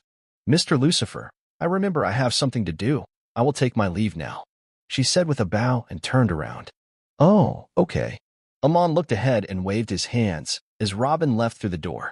Yet, he was laughing internally. Is this stage 3 denial I see? Damn, and it's only been around 4 months since she's been here. Well, she is still inexperienced. I will form her as I like. A few seconds later, Amon sighed loudly in disappointment. She left, huh? He mumbled. I needed someone to apply some medicine on my wings. It's hard to do it myself, after all. Amon released a chuckle, a mocking chuckle. Well, it was too much of me to expect her to do it, ha ha ha. He released a long sigh and sloped back on his chair. Who am I to her anyway? Just a boss in the end. I will just do it myself. Creak. Suddenly, Robin entered with a straight face. Mr. Lucifer, she didn't even realize her shudder. I suddenly remembered. I'm kind of free, and I'd like to apply medicine to your wings. She didn't flinch at all as she said those words while shuddering. Amon just looked at her with a frozen expression. Oh, you haven't left? Haha, did you hear anything? Amon said as his face turned full red. Being able to blush at will is a blessing. Amon obviously knew she would return since she didn't straight up leave and was halted on the other side of the door as he was suppressing his grin currently. She didn't even realize how robotic her words sounded just now. Amon thought with an achieved smile in his mind. Feels good when things are going according to what I want. Robin just looked at him with strangeness sweeping within her eyes.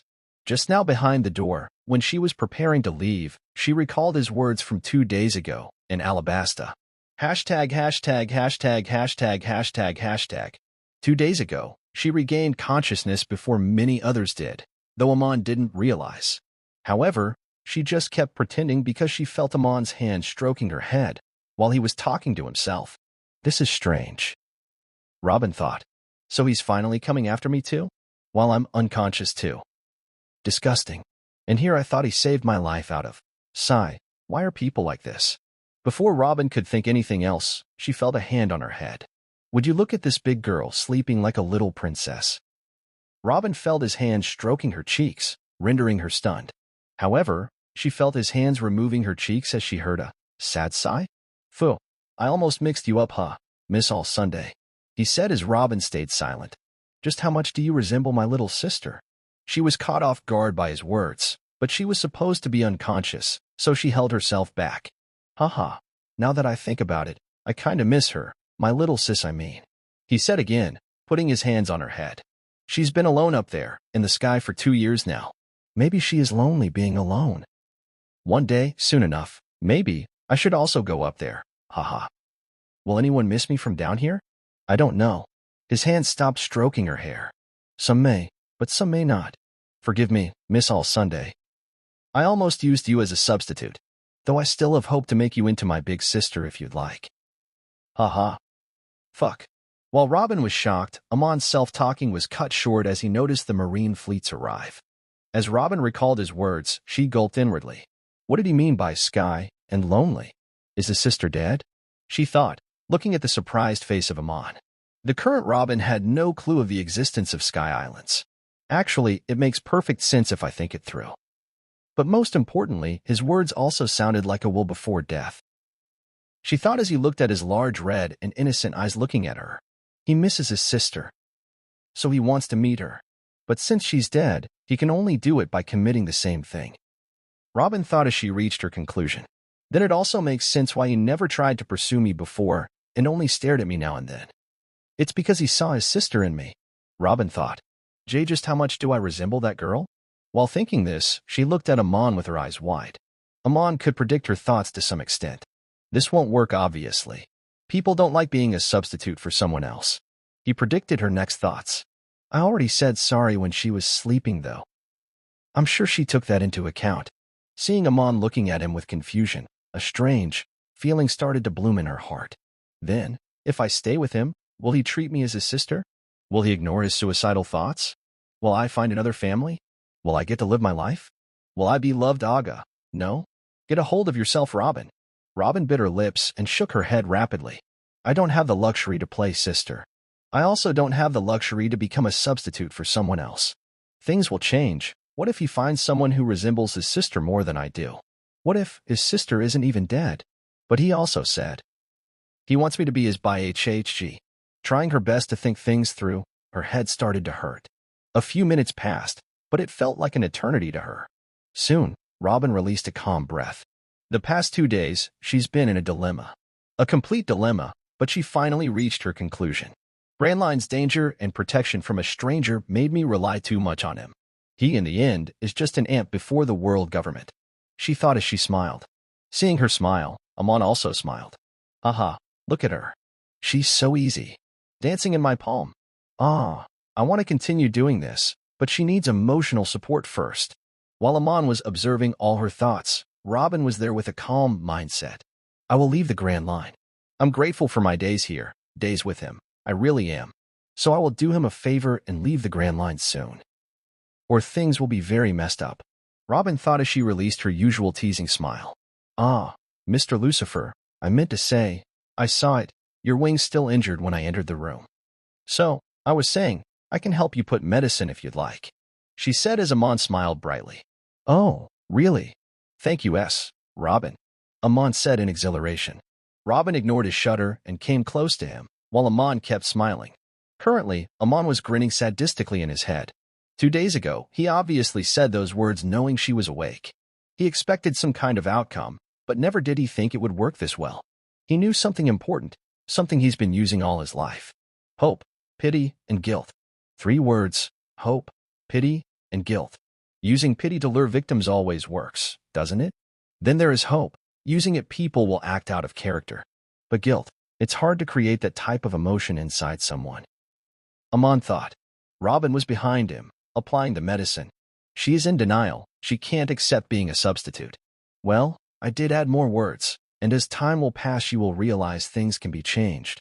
Once she is attached to me for real, even being a slave won't hurt her, let alone a substitute. That time she will be more than happy to be a big sister. Amon thought. Her emotions are telling me that she wants to leave? Amon then went full calculating mode, trying to think of the best outcome of all things. Though there are benefits if she leaves, those are shit. So no, you can't leave. The moment you stepped onto Whiskey Peak, you were under the gaze of the hawk. You were a prey from the beginning, Nico Robin. Amon thought with a cold smile in his mind. Amon again started to calculate things, the actions he needs to do to keep her here at her own will. First, I need to show her love and care, more than what I'm doing until now. I will also have to let her know about the world government and the celestial dragon. Though she does have a little knowledge on them, it is too measly. Amon thought. I need her to, from her core, hate the world government, the ones who burned her home. Looking at her blue eyes, Amon was thinking what level of stupid she was. It's hard to believe why she didn't hate them in the canon timeline. Though I'd guess it's because of Akiji. She was scared as shit of him, that she didn't even get the chance to hate them. However, I need her to hate the WG this time around. In this timeline, she needs to be a ruthless bitch. It sounded hard to achieve, changing a person's whole life goal, yet Amon chuckled. If she was 28 like canon, then it would have been nigh impossible to manipulate her as I wanted, so I would have rather killed her. But luckily, she's just 19 and still hasn't matured like canon. I can do whatever I want with her weakened men. Ugh. Be gentle. Amon flinched from the pain as Robin was applying the medicine. Things were going forward, as smoothly as they should and could. Chapter 49. Undercover Territory. Around 2 months later, East Blue. Don't kill me. Please. A man in strange, colorful clothes with a striped beard pleaded to the black-haired and red-eyed boy in front of him. Your crew and even captain are dead, yet you are like this. What a coward. The boy, Amon said to the man. Around the two, in the deck of the ship, many dead bodies of pirates were lying around. Only the strange man was alive. But fear not. I won't kill you today. Your body is useful. Amon said as his wing formed a punch and hit the man's head as he fell unconscious. He was Django of the Black Cap Pirates, the hypnotic man, who supposedly gained the ability after eating the head of the mushroom that grew on his chin. Yes, his beard, in reality, is a mushroom. I/N, canon BTW. It's confirmed of not being a devil fruit too. Amon is trying to get all the powers he can. Hypnotism is a proven power. That fat guy from Doflamingo's group was proficient at it. Amon thought, looking at the unconscious man. He definitely trained in that technique. However, this guy is strange. From what he said a while ago from my threats, and from what I remember from anime, one day after he woke up from sleep, he found a mushroom growing on his chin. Amon glanced at his strange thing with markings on it in his chin. After eating the head of the mushroom, he gained the ability to hypnotize people. What a strange world. Amon shook his head. His body should be useful, more research is needed. Amon has been in the East Blue for 2 reasons. One was this. The body of this man who grew mushrooms in his chin, and the second thing was an island called Sixus, where he will go soon. Then, after killing the pirates, Amon called the Marines for the bounty while hiding Django on a close island around the sea. After getting the bounty, he decided to leave for the Grand Line again while taking the unconscious Django in a bag. He also injected some medicine into his body to make his chance of waking up to an all-in-all 0%. As he flew in the sky with his healed wings, Amon didn't directly go to the Grand Line. Rather, stopped at a strange island on a stone pillar. The actual island was above the pillar and reached above the clouds, albeit not as high up as the Sky Islands. This was Clockwork Island, the island from One Piece Movie 2. This is where many scientists live, and some technology was on par with that of Skypiean. Last month, when coming to East Blue for the first time, he encountered this island whilst flying. He didn't remember much from One Piece Movie 2. Though it was supposed to be non-canon, the island was there, proving Amon that many non-canon movies might also be real. Though Amon didn't care and went to visit the island then, he found out the Trump siblings had already taken over the island for a while now, as he had at first decided to kill them. However, he didn't, as he realized there was no need for him to be the hero here. After all, he's getting nothing. Rather, having some villain underling would increase his influence even before he actually becomes a criminal/pirate in the future. Which he did, after defeating the Trump siblings and poisoning them with a slow death poison. They would need to take the antidote every 2 months to be alive, so they had no other choice but to do as he said. Amon had plans to take the island in the sky one day, or at least, the scientists living here. As Amon landed at the top of the tower on that island, a blonde woman noticed him. Era, look who's back. A blonde-haired woman jumped at Amon and hugged him while crossing her arms around his neck. Remove your hands, Amon glared at her, as she flinched and took steps back. Exclamation point. Amon suddenly grabbed her mouth and gave her a death glare. I warned you already, don't act like we share a good relationship. You are only using your body to stay alive since you are only good at stress relieving with your logia being made only for that use, Amon said towards the woman, Honey Queen. Don't act lovey-dovey with me. I already proved I can see through your thoughts. Image here. QOZFLQZPZKSAYJJPGKLH5LHHP 0H1041SORA95ICWZF1PZFJJ9H7WWF5FUI3LWCXJPZ9K_G5 7TVX7JWY0Z2LRGL5GBHT507BTOE6DUU6FRNFWRMYXKJGB1CL1BV. Her eyes grew, and she gulped hard. She was just trying to seduce him, since using her body doesn't work with him already using her many times before. So she then tried the cute way, but it seems even that doesn't work. Her Logia devil fruit lets her turn into some kind of jelly, and also releases that jelly from her body. That's the only power, so even Nami was able to beat her. It would work best for someone else from the Shandians to have it, of course. Even if it's weaker than other Logias, the intangible body part still stands. However, he needs the Trump siblings to look after this island for a few more years, so he can't kill her yet, since when he will, he has to kill all of them. Before that, he will use her moist powers to help him get good sleep at night. Anyway, is my lab prepared? Amon asked as he looked around from the tower. Yes, it's done. The scientists added every equipment and security procedures you wanted. Amon smirked hearing her. Could take me there. Amon and the Honey Queen then walked to his lab with the large bag containing the man. Asterisk. After that, Amon returned to Whiskey Peak. He spent some time in a hot spring he made and then went to the mayor's house. After so, Amon went to meet Robin, who was in her office. She had a high position in the guild now and had her personal office too. Amon went to her door and entered without knocking. Hello. I'm back, Robin. I'm back, Robin. Amon entered the room, only to find Robin sitting on her chair while pressing her hands on her temple with a distracted look. He used his observation hockey to check if she was pretending or not, and then released a sweet smile. He slowly walked behind her chair and touched her shoulders. Boo. Robin flinched slightly and took a fighting pose instinctively. But as she looked at her back, she released a sigh. It's you. What do you want, Mr. Lucifer? Today we don't have an appointment. Amon just hugged her from behind the chair. Huh? I can't come here without an appointment? What the hell are you talking about? He said as he rubbed her cheeks. Did I do anything wrong? Robin didn't react and just crossed her arms as a few hands came out of the chair and pulled Amon's hands off her body. Please, behave properly with your employee, she said with an emotionless voice. Amon stayed silent as he opened his mouth but closed it in the end.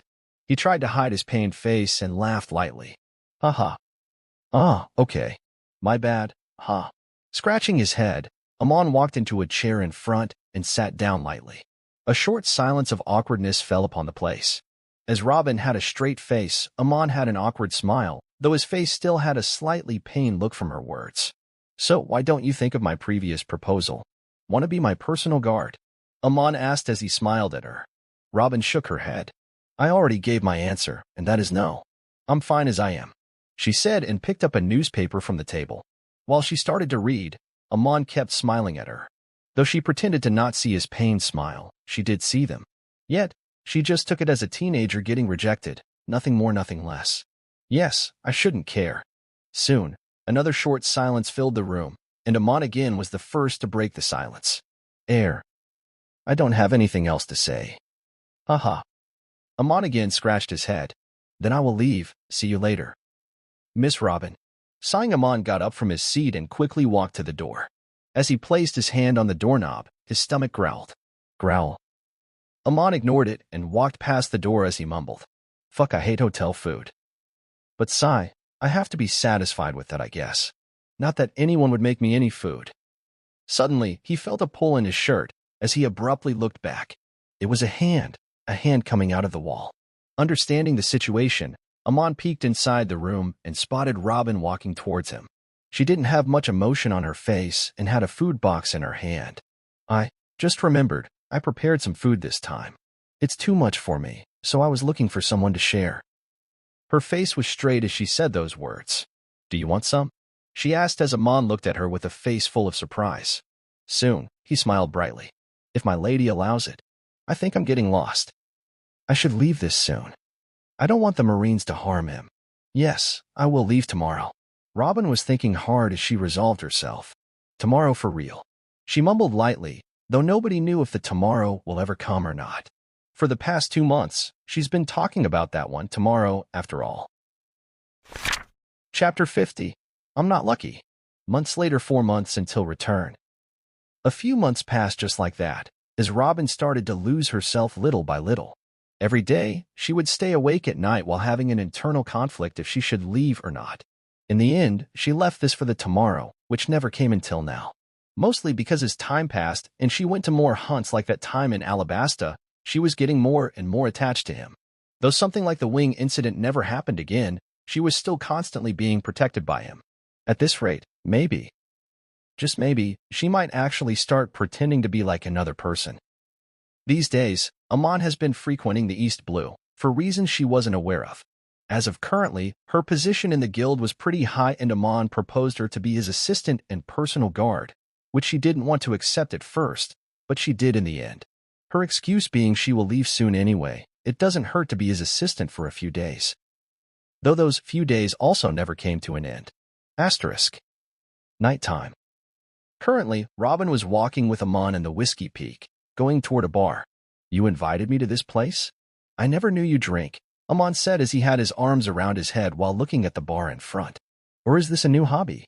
Robin just giggled hearing him. Foo, who knows? You should pay more attention to me if you want to find out. Amon smiled softly as he heard this. He glanced at her eyes for a moment, before averting his gaze.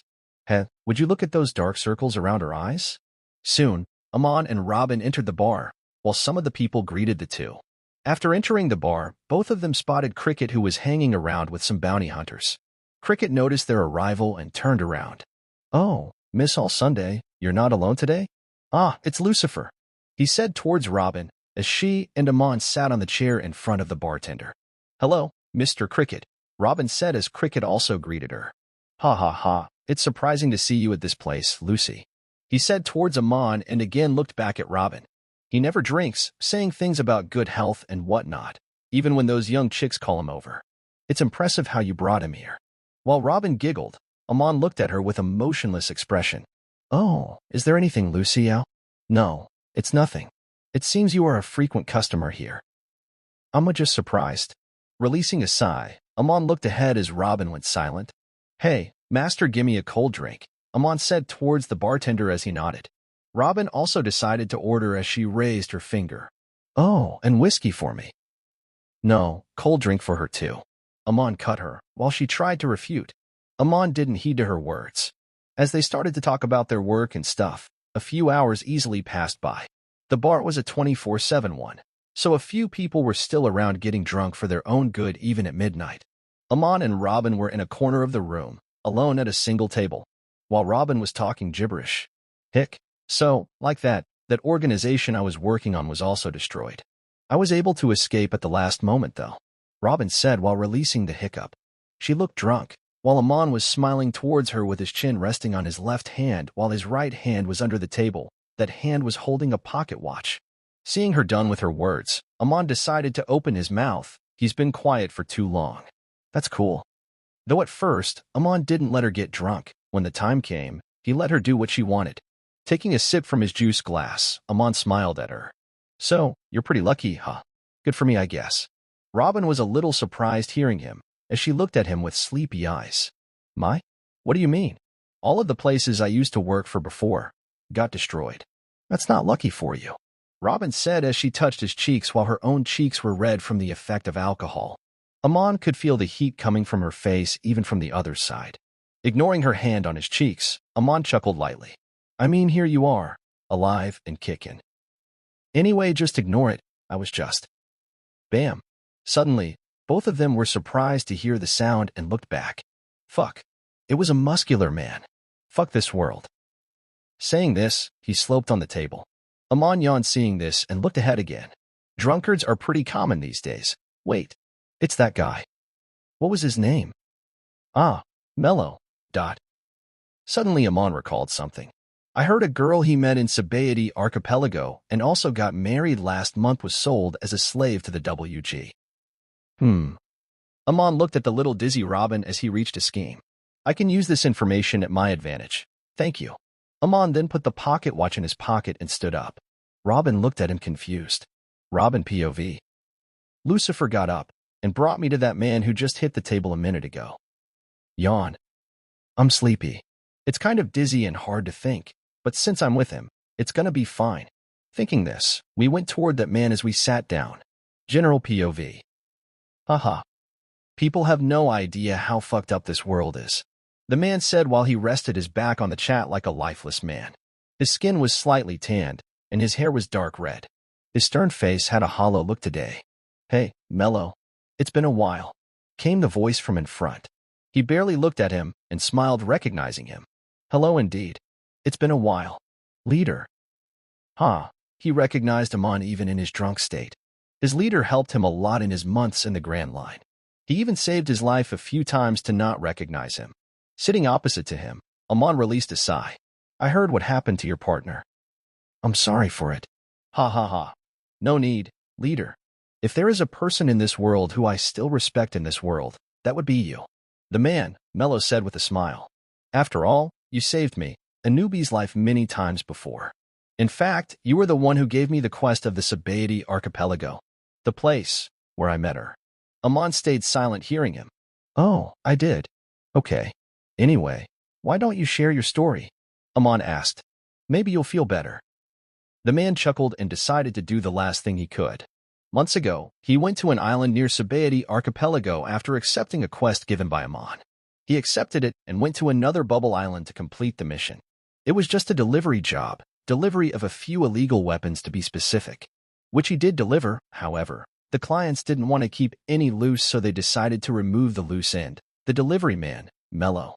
Or at least they tried, as most of them were killed by Mello. However, he was too injured to fight the ones alive, so he fled without any other choice. It was hard, but he did it, as he was a middle-ranked bounty hunter. Yet, his injuries were severe, which rendered him unconscious in the seashore, in the sea filled with sea kings. Luckily, a beautiful mermaid saved him. Soon time passed, and they got to know each other.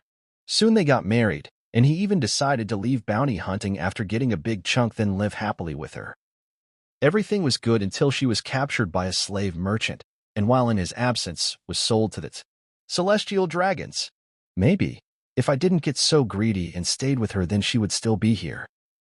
Maybe. Sniff. Mello wiped his tears and drank some vodka. We even had plans to have children. Haha. Thud.